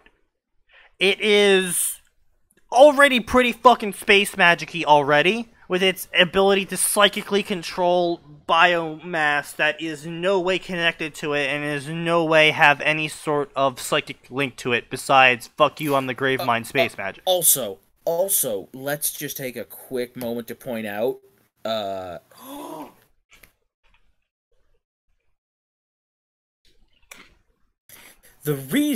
entire reason that grave minds exist as grave minds is because one brain isn't enough. 2 brains isn't enough. 3 brains is not enough. It needs hundreds of thousands of brains to all combine into one big, ugly, gross Japan tentacle-infused hentai mass to do what it wants to do.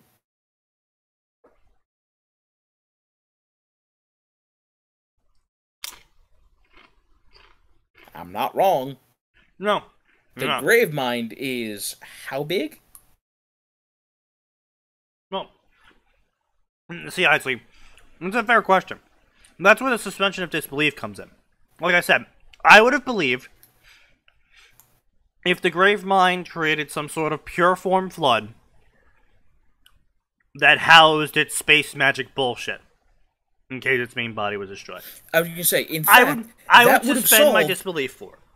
In fact, that would have solved a number of the plot holes. It having that, emergency exit, essentially. However, the problem here is that he's not going space magic bullshit route. He's going, oh, the grave mind just psychically merged with the combat forms that was already him. And then using the tentacles that were already being used to control the combat form and can no longer be used to infect people, infected someone. And then transferred his psychic consciousness into his head. Somehow. And then they merged into a new personality because literally millions of minds and literally one Marine is somehow equal. That's my problem. I was gonna say, further proof that the author is stupid and wrong. Captain Jacob Keyes was unable to resist a proto-grave. He wasn't able to resist a non-formed grave mind. I'm getting there. He was only able to stall it. And probably the only reason he was able to basically give it mental rabbit trails to follow was because it was a proto-grave mind. In the end, the grave mind still got what it wanted. Keys just made it take its sweet time getting there. And that was just a proto-grave mind. As we saw, a fully functioning grave mind was able to systemically dismantle the consciousness of a being of pure thought. Cortana. Yeah. It's not even that. It's another thing of, you have to keep in mind, we've already had examples of their limitations. Both the Overmind and the Gravemind from StarCraft and Halo, respectively, are limited in their psychic bullshit in terms of survival. Both of them cannot outlive the destruction of their body, regardless of their psychic bullshit. They are unable to place themselves into a new body.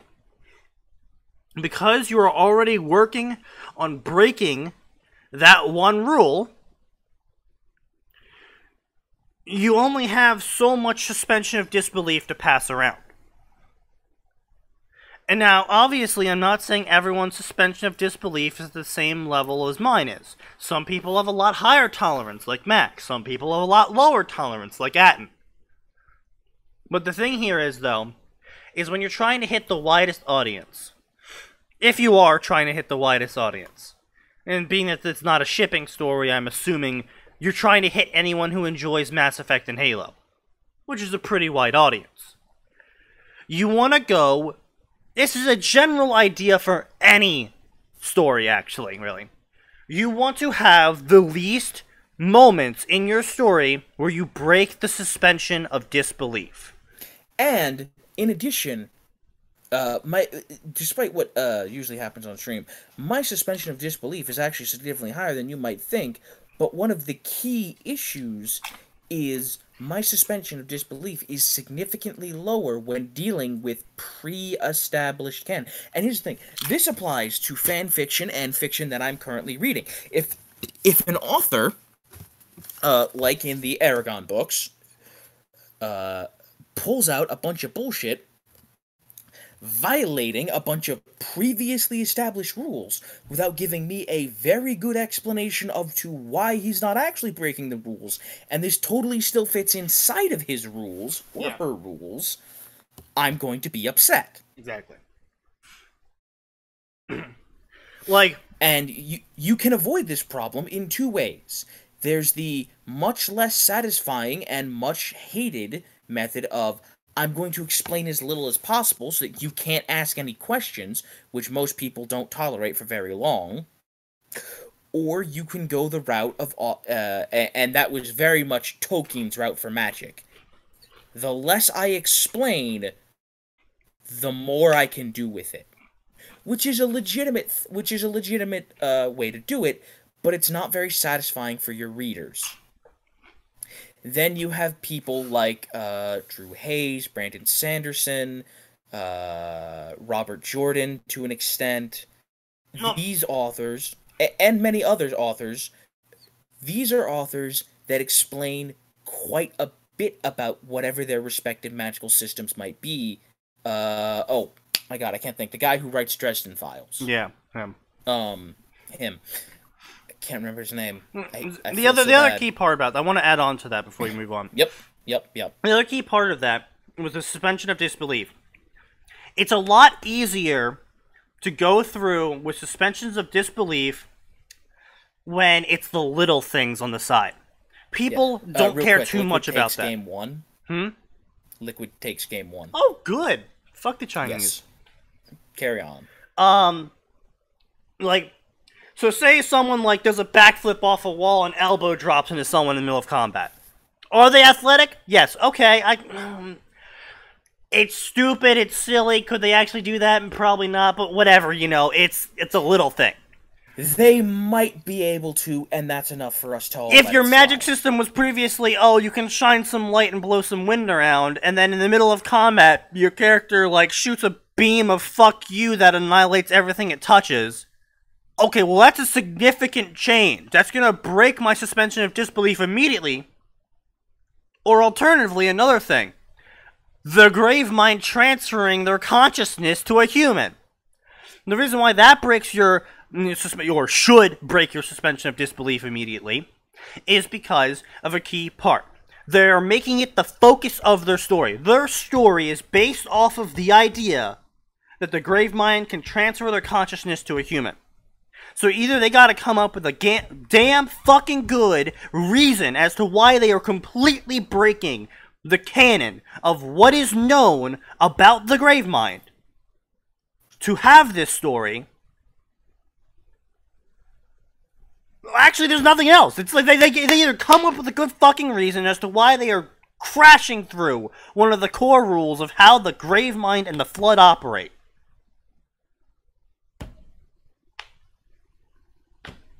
Yeah. Or it's just dumb.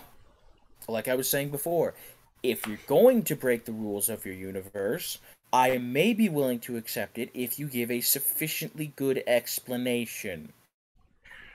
Thanks, Isley. We appreciate that. That is one of the reasons why we tried doing this. Neither of us are very good writers or very good at getting our point across, but when we have examples to work from, I like to think we're a little bit better.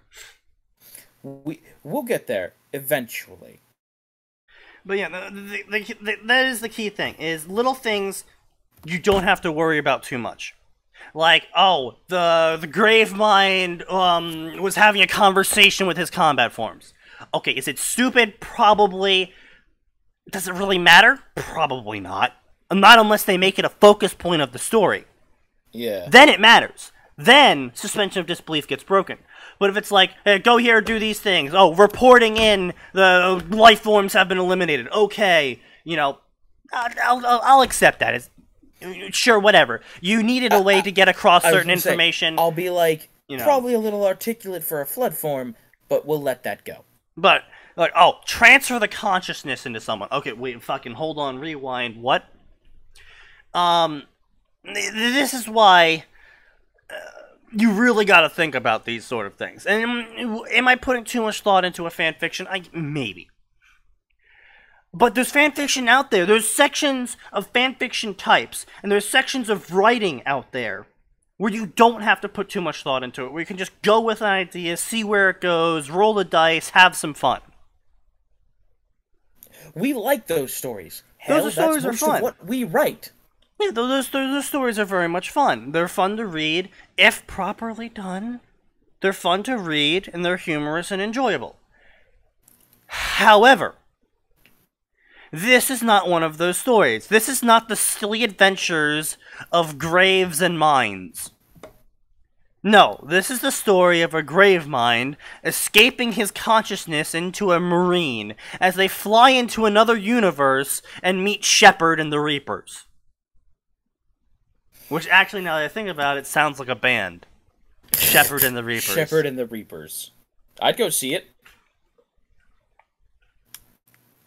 And when that's the focus of the story, when that is the key part you are selling your story on, when that is the fucking focal point of your hook, you better put some goddamn fucking effort into it. Because that sets the tone for the rest of your fucking story. If you can't put effort into the one thing that's gonna get people to read it, then why the fuck should I read your story? Why the fuck should anyone read your story? The answer? We shouldn't. And we aren't. We're not here to read this story. And you know what? Neither is anyone else. 141 people have followed this thing, which means there's 141 people with terrible taste who want to read this again. I mean, honestly, the sad thing is, I mean, let's see, what's it, 90K words? Okay, oh no, wait, 20? Only 20K words, okay, so filters, all, word count, 20K, go. Okay, so comparing it to other stories of around its word length, it is average. It's a little bit below average, but it's still average. That's pathetic. That is 100 people with no fucking standards.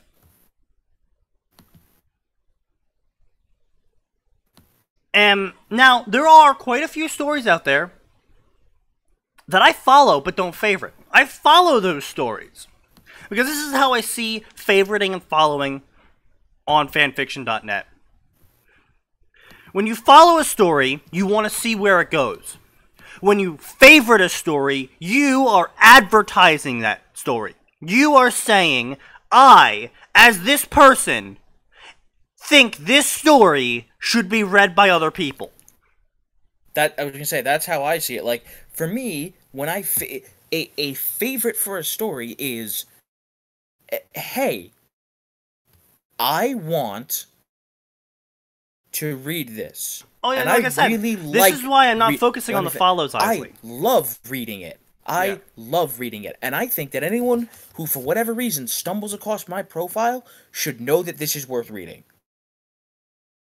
Yeah, exactly. As Isley said, don't forget about people that follow stories to see how bad they are. Yeah, no. That's why I follow stories. That's why I'm specifically talking about the favorites number. The 100 people who sat down and said, golly gee willikers, this story is so good, I want other people to read it.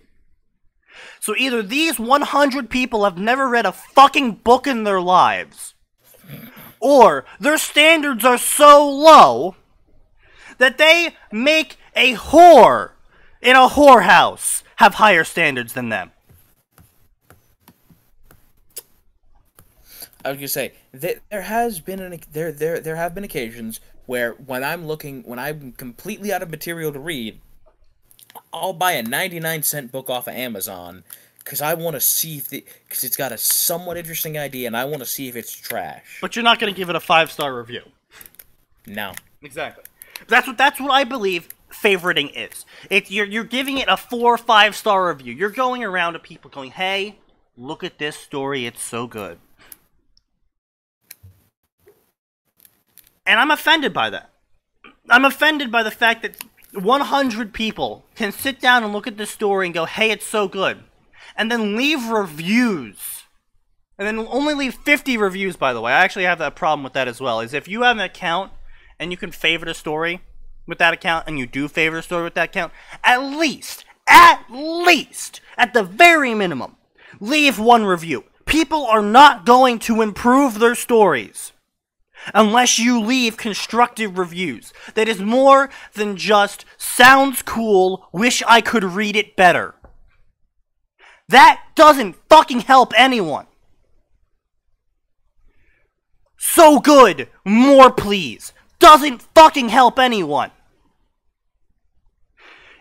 If you're gonna sit down and read someone's story, you're going to sit down and read the amount of effort they have put into this story. If you're going to sit down and favorite and follow this story after you do that, fucking take the goddamn minutes out of your life and leave a review. Hey, I liked these characters. Hey, I disliked these characters. Hey, I like where your plot's going. Hey, I think you need to add more focus on the plot. You're getting a bit too fillery. Hey, your grammar needs work. Hey, your grammar's great. Thanks. You have a good idea. Give something. I'm not saying you need to give in a 1 hour, 100-page review about every facet of their story. Just sit down and say, hey, I really liked your characters, or hey, I think you do dialogue really well, or man, your combat scenes are great, or, they need work. Check out this story to, look at it improve, or, don't just be like, more please. Don't be the guy that favorites a story and then says nothing. I understand not everyone can spend the time out of their day to, give a good review of a story. But if you could spend the time out of your day to sit there and read what has been written so far, and then favorite and follow the story, you can certainly spend a couple, 30 seconds at most. Hey, I really enjoyed your characters. I'm looking forward to see where you're going. We're not asking for crazy things. We're just saying, give those writers a little bit of feedback. And here's the thing. Even if you don't have anything super important to say, sometimes just saying, I really enjoyed your story and this particular thing, that's enough to get them to keep writing.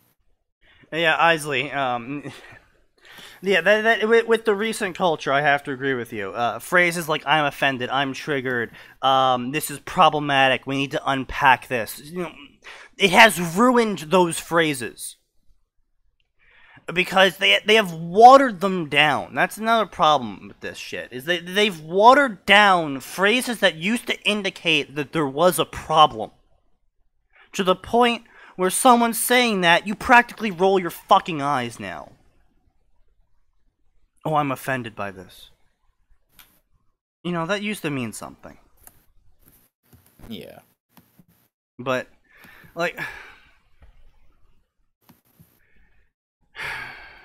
that's a completely different rant. Are we done? Yeah. I think we're done with this story. Yeah, I'm gonna turn rant mode off, but I am going to look at these reviews just so I can give you an idea of what I was was gonna left.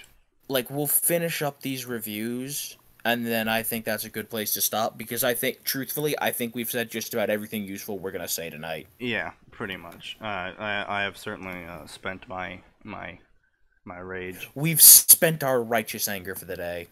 Alright, so let's see. We have a guest. I hate guest reviews. I actually really dislike guest reviews because it's fucking 4chan image board levels of anonymous, and that you can say whatever the fuck you want. It's like, why the fuck is this even here? I'm just gonna fucking delete this bullshit. It's usually guest reviews are useless.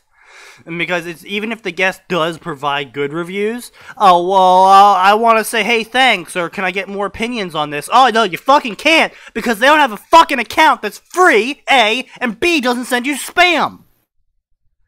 Yeah. Curious about what people think. Yeah, I am curious about what people think. Okay, so, dear guest, from one guest to another, be silent. Keep your opinions to yourself. We don't care. You ruined your empirical evidence with personal bias. State facts, not what you think could be facts. As for the author, most of what guest 1 said is true. You have a fascinating premise, but your continued lack of grammatical development leaves much to be desired. My advice would be to get a beta or ask another Halo writer to screen your chapters for you. Well, I disagree with his first part. His second part is a point. Now, this is the thing, though. I want to say, first of all, I love that he complains about someone's grammar development and then doesn't get it right themselves. Yeah.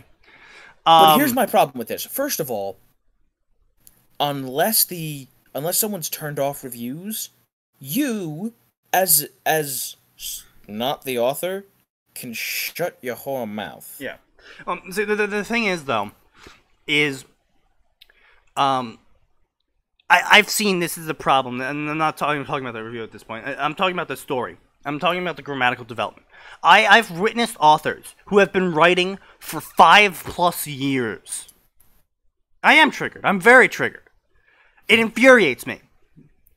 There is no fucking pattern recognition in half of these goddamn fucking authors, and it infuriates me. Because you know what no pattern recognition is? That means you're not sentient. That is the definite, solid line of what is sentient and sentient. Or alive, or sorry, capable of thinking about itself versus capable of living. Pattern recognition is the dividing line. If after 5 years of people commenting about your grammar, of writing in general, and you still have not been able to tell the difference between there, and there. You do not have pattern recognition. You are not sentient. That is your level of intelligence. And that is why I'm insulted by this. I'm insulted by the review system and the authors. Because nobody fucking sits down anymore and says, hey, your grammar and spelling sucks. Here's how you improve it. Say it out loud. Go to a program like Grammarly. Run it through Google Docs. Stop using Notepad. No one sits down and does that anymore. And when they do, you get fuckwits like some of the people I've previously displayed on this fucking podcast, if you want to call it that are flipping their shit because I decided their idea wasn't the most specialist, precious thing ever.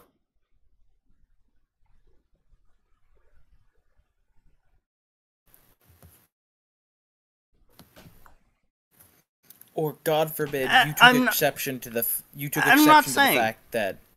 Yeah, I was gonna say, you took exception to the fact that they don't... that they haven't learned how to properly speak. Yeah. Or that they haven't gotten a beta. Because, you know what? Some of the time, maybe the reason, no, you can't get a beta, or people refuse to beta for you, is because your idea is trash, or your writing is so trash there's no salvaging it. You can always improve your writing. Dude, as long as you are capable of thinking, you're capable of improving your writing. Communication is one of the few subjects in the world that literally anyone who is capable of forming thought is capable of improving. Now, the degree of effort required is different for everyone. But there is not a single person out there that can sit there and say they are not capable of improving their communication skills. Fucking if Helen Keller, a blind, mute, and deaf person, can figure out how to talk to someone, you can. You can.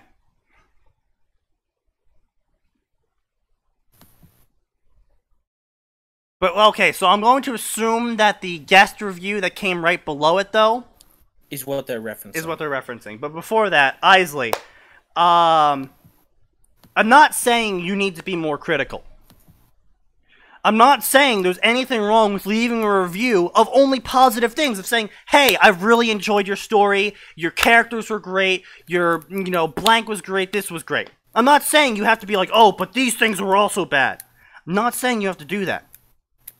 What I am saying, though, is leave something. If everyone leaves something, someone eventually is going to leave constructive criticism. Monkeys at keyboards, essentially. Yeah, essentially. And the idea is, hopefully, that if they get plenty of good good compliments of, hey, your characters were good, and then someone says, hey, your grammar could use work, they won't react as negatively to it. That's the idea. Now, obviously, that rarely ever pans out, as we saw with my fucking generation. But, well, I was going to say, one of the most important things, though, is people will always focus on the negative. But the fact is, if a bunch of people leave a comment saying, your grammar is really good, but you don't write very interesting characters, what will happen with a normal, rational human being is they'll be hurt that people don't like their writing. Because even if it's just a crack story, when you write something, you're putting a little bit of yourself into it. You're putting some time and some effort and a little bit of your heart and your soul into it. Oh god, they picked Tuskar. Yeah! Oh god. So they did. You're putting part of your heart and your soul into that. And so it only makes sense that someone would be hurt by that when they get offended. Or that they would be hurt when they get criticized. By the criticism, yeah. But here's the difference between that Here's the difference between snowflakes and a normal person. The normal person will, unless it is obviously just completely mean-spirited, calling you a bunch of names and telling you that you're trash and that you should kill yourself and crap like that. Yeah. You'll go back, and even if it's mean, you can go back and look. You can go back and look, and you can say, okay, this person's an asshole. But as you've all seen with some of my reviews. Yeah, but they went back, but you know what? They, and a lot of other people have said, my characters are pretty dry and boring. So, I guess I should probably work on writing my characters.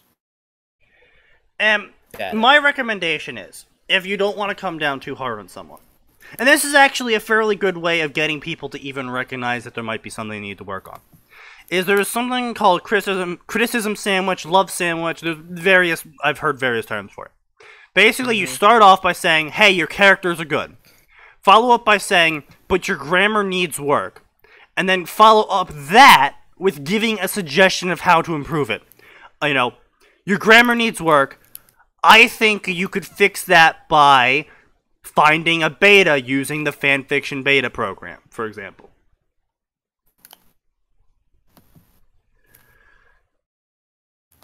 Now, this is one of the things, though, that it gets me so angry. This is one of the reasons why I do get so angry over both the reviews and the chapters that I see get posted. These drafts? It's a don't question it. Bleed blue and don't question it. No questions. Earthshaker, Venomancer, Huskar, Dazzle, Broodmother. 100%. What could go wrong? Broodmother. Nope, it's flawless. Anyway, part of fanfiction.net's agreement to post both reviews and stories and chapters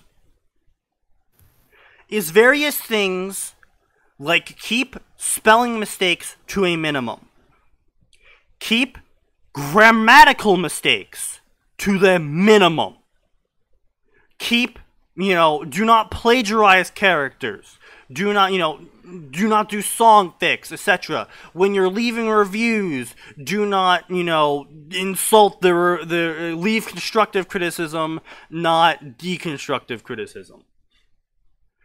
That's actually part of the rules you agree to when you post reviews and you post fanfictions for this website. So by the fact that I see so much of this on this website, that I was able and inspired to make a fucking podcast where for 2+ hours, twice a week, I sit here and rant about this crap. Not just you, multiple of us. Multiple people, yes. Crap. And people show up for this. Says to me that there's something fundamentally wrong with how the system is being managed, with how it is all being done. Because clearly people aren't reading the rules. Clearly people do not believe effort needs to be put into their writing. And while that is fine for personal writings, that is perfectly fine if you're going to write a story and never release it to anyone else. But the second you put it out there, the second you give it to one single other person, do not expect the only thing you're going to receive is positive daisies. That is arrogance. And I dislike arrogance immensely.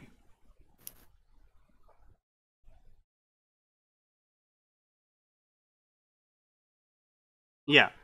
And that is... It blows my mind, Isley. When I see stories here that looks like spell checker was never even used. Which makes me go, what the fuck were they writing it on? Notepad? Notepad, in this day and age, is the only spell check, like even Macintosh's default writing utensil for the computer, I believe has a spell checker in it. Notepad. to my knowledge, is the only one that does not have a spell checker.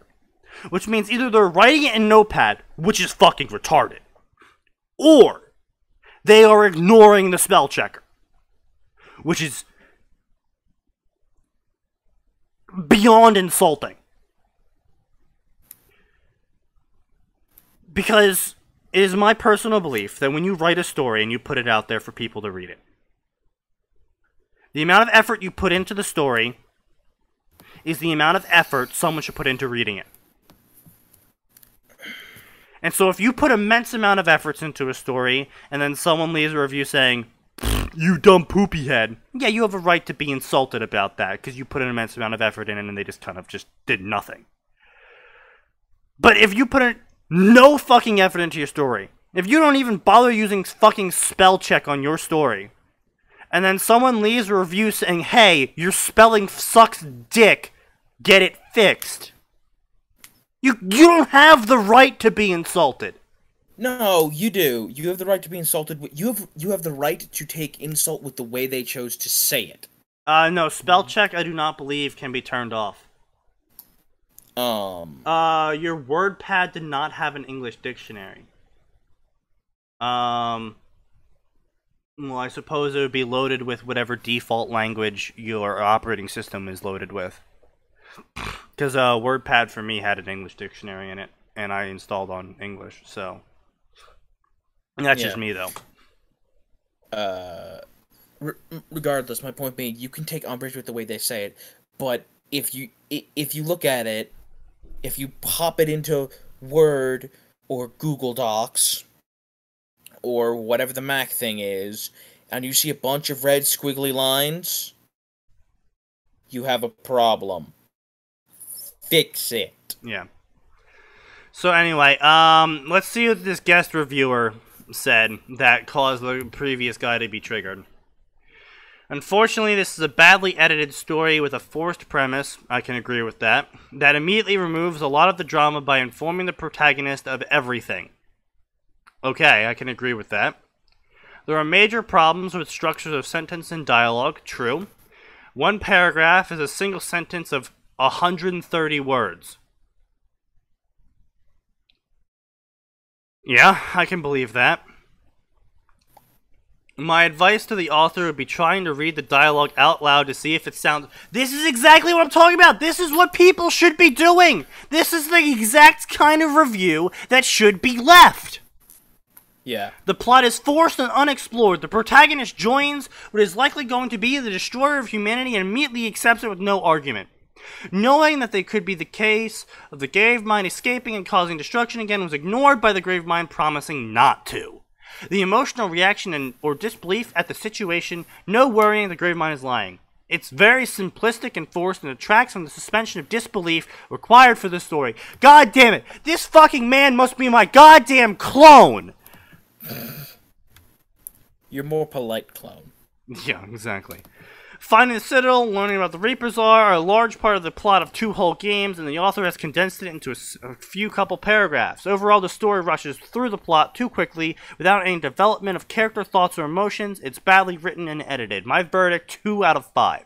I 100% agree with you. Actually, I would even give it a 1 out of 5, considering they ignored a fucking shit ton of canon to even get to the point where it's already bad. Yeah. Anyway. We agree with you, guest reviewer, whoever the hell you are. Get an account, get a name, and say it with a face. But other than that... People should know that you care. Yes. We're done. Yeah. This is trash. We apologize. This has been Fanfiction Friday. Well, Fanfiction Contempt Theater 9000, I suppose it's called. Thank you for joining us all. I raged out. Atin raged out. We all had a good time, in theory, somewhere, in some sort of timeline in existence. I hope we all learned something here. That is the purpose of this podcast, after all. A fond good night. Go read something good. Or alternately, go support Team Liquid Bleed Blue. Why did you draft a fucking Brood Mother in Game 2? The world cannot handle more than one Sneaky. Don't forget that the review above makes even less sense after reading that. Yeah, exactly. Yeah. Anyway. Quit being offended. You do not have a right to not be offended. You do have a right to say whatever you want, at least if you're in America. Go America, go freedom. Everyone else can fuck off. Peace out. Good night. See you Tuesday. Oh yeah, and we archive all of this on our YouTube page found in the panel below. Check it out if you want to, or you can check out my Patreon, where I promise you nothing and you give me stuff. It's all good.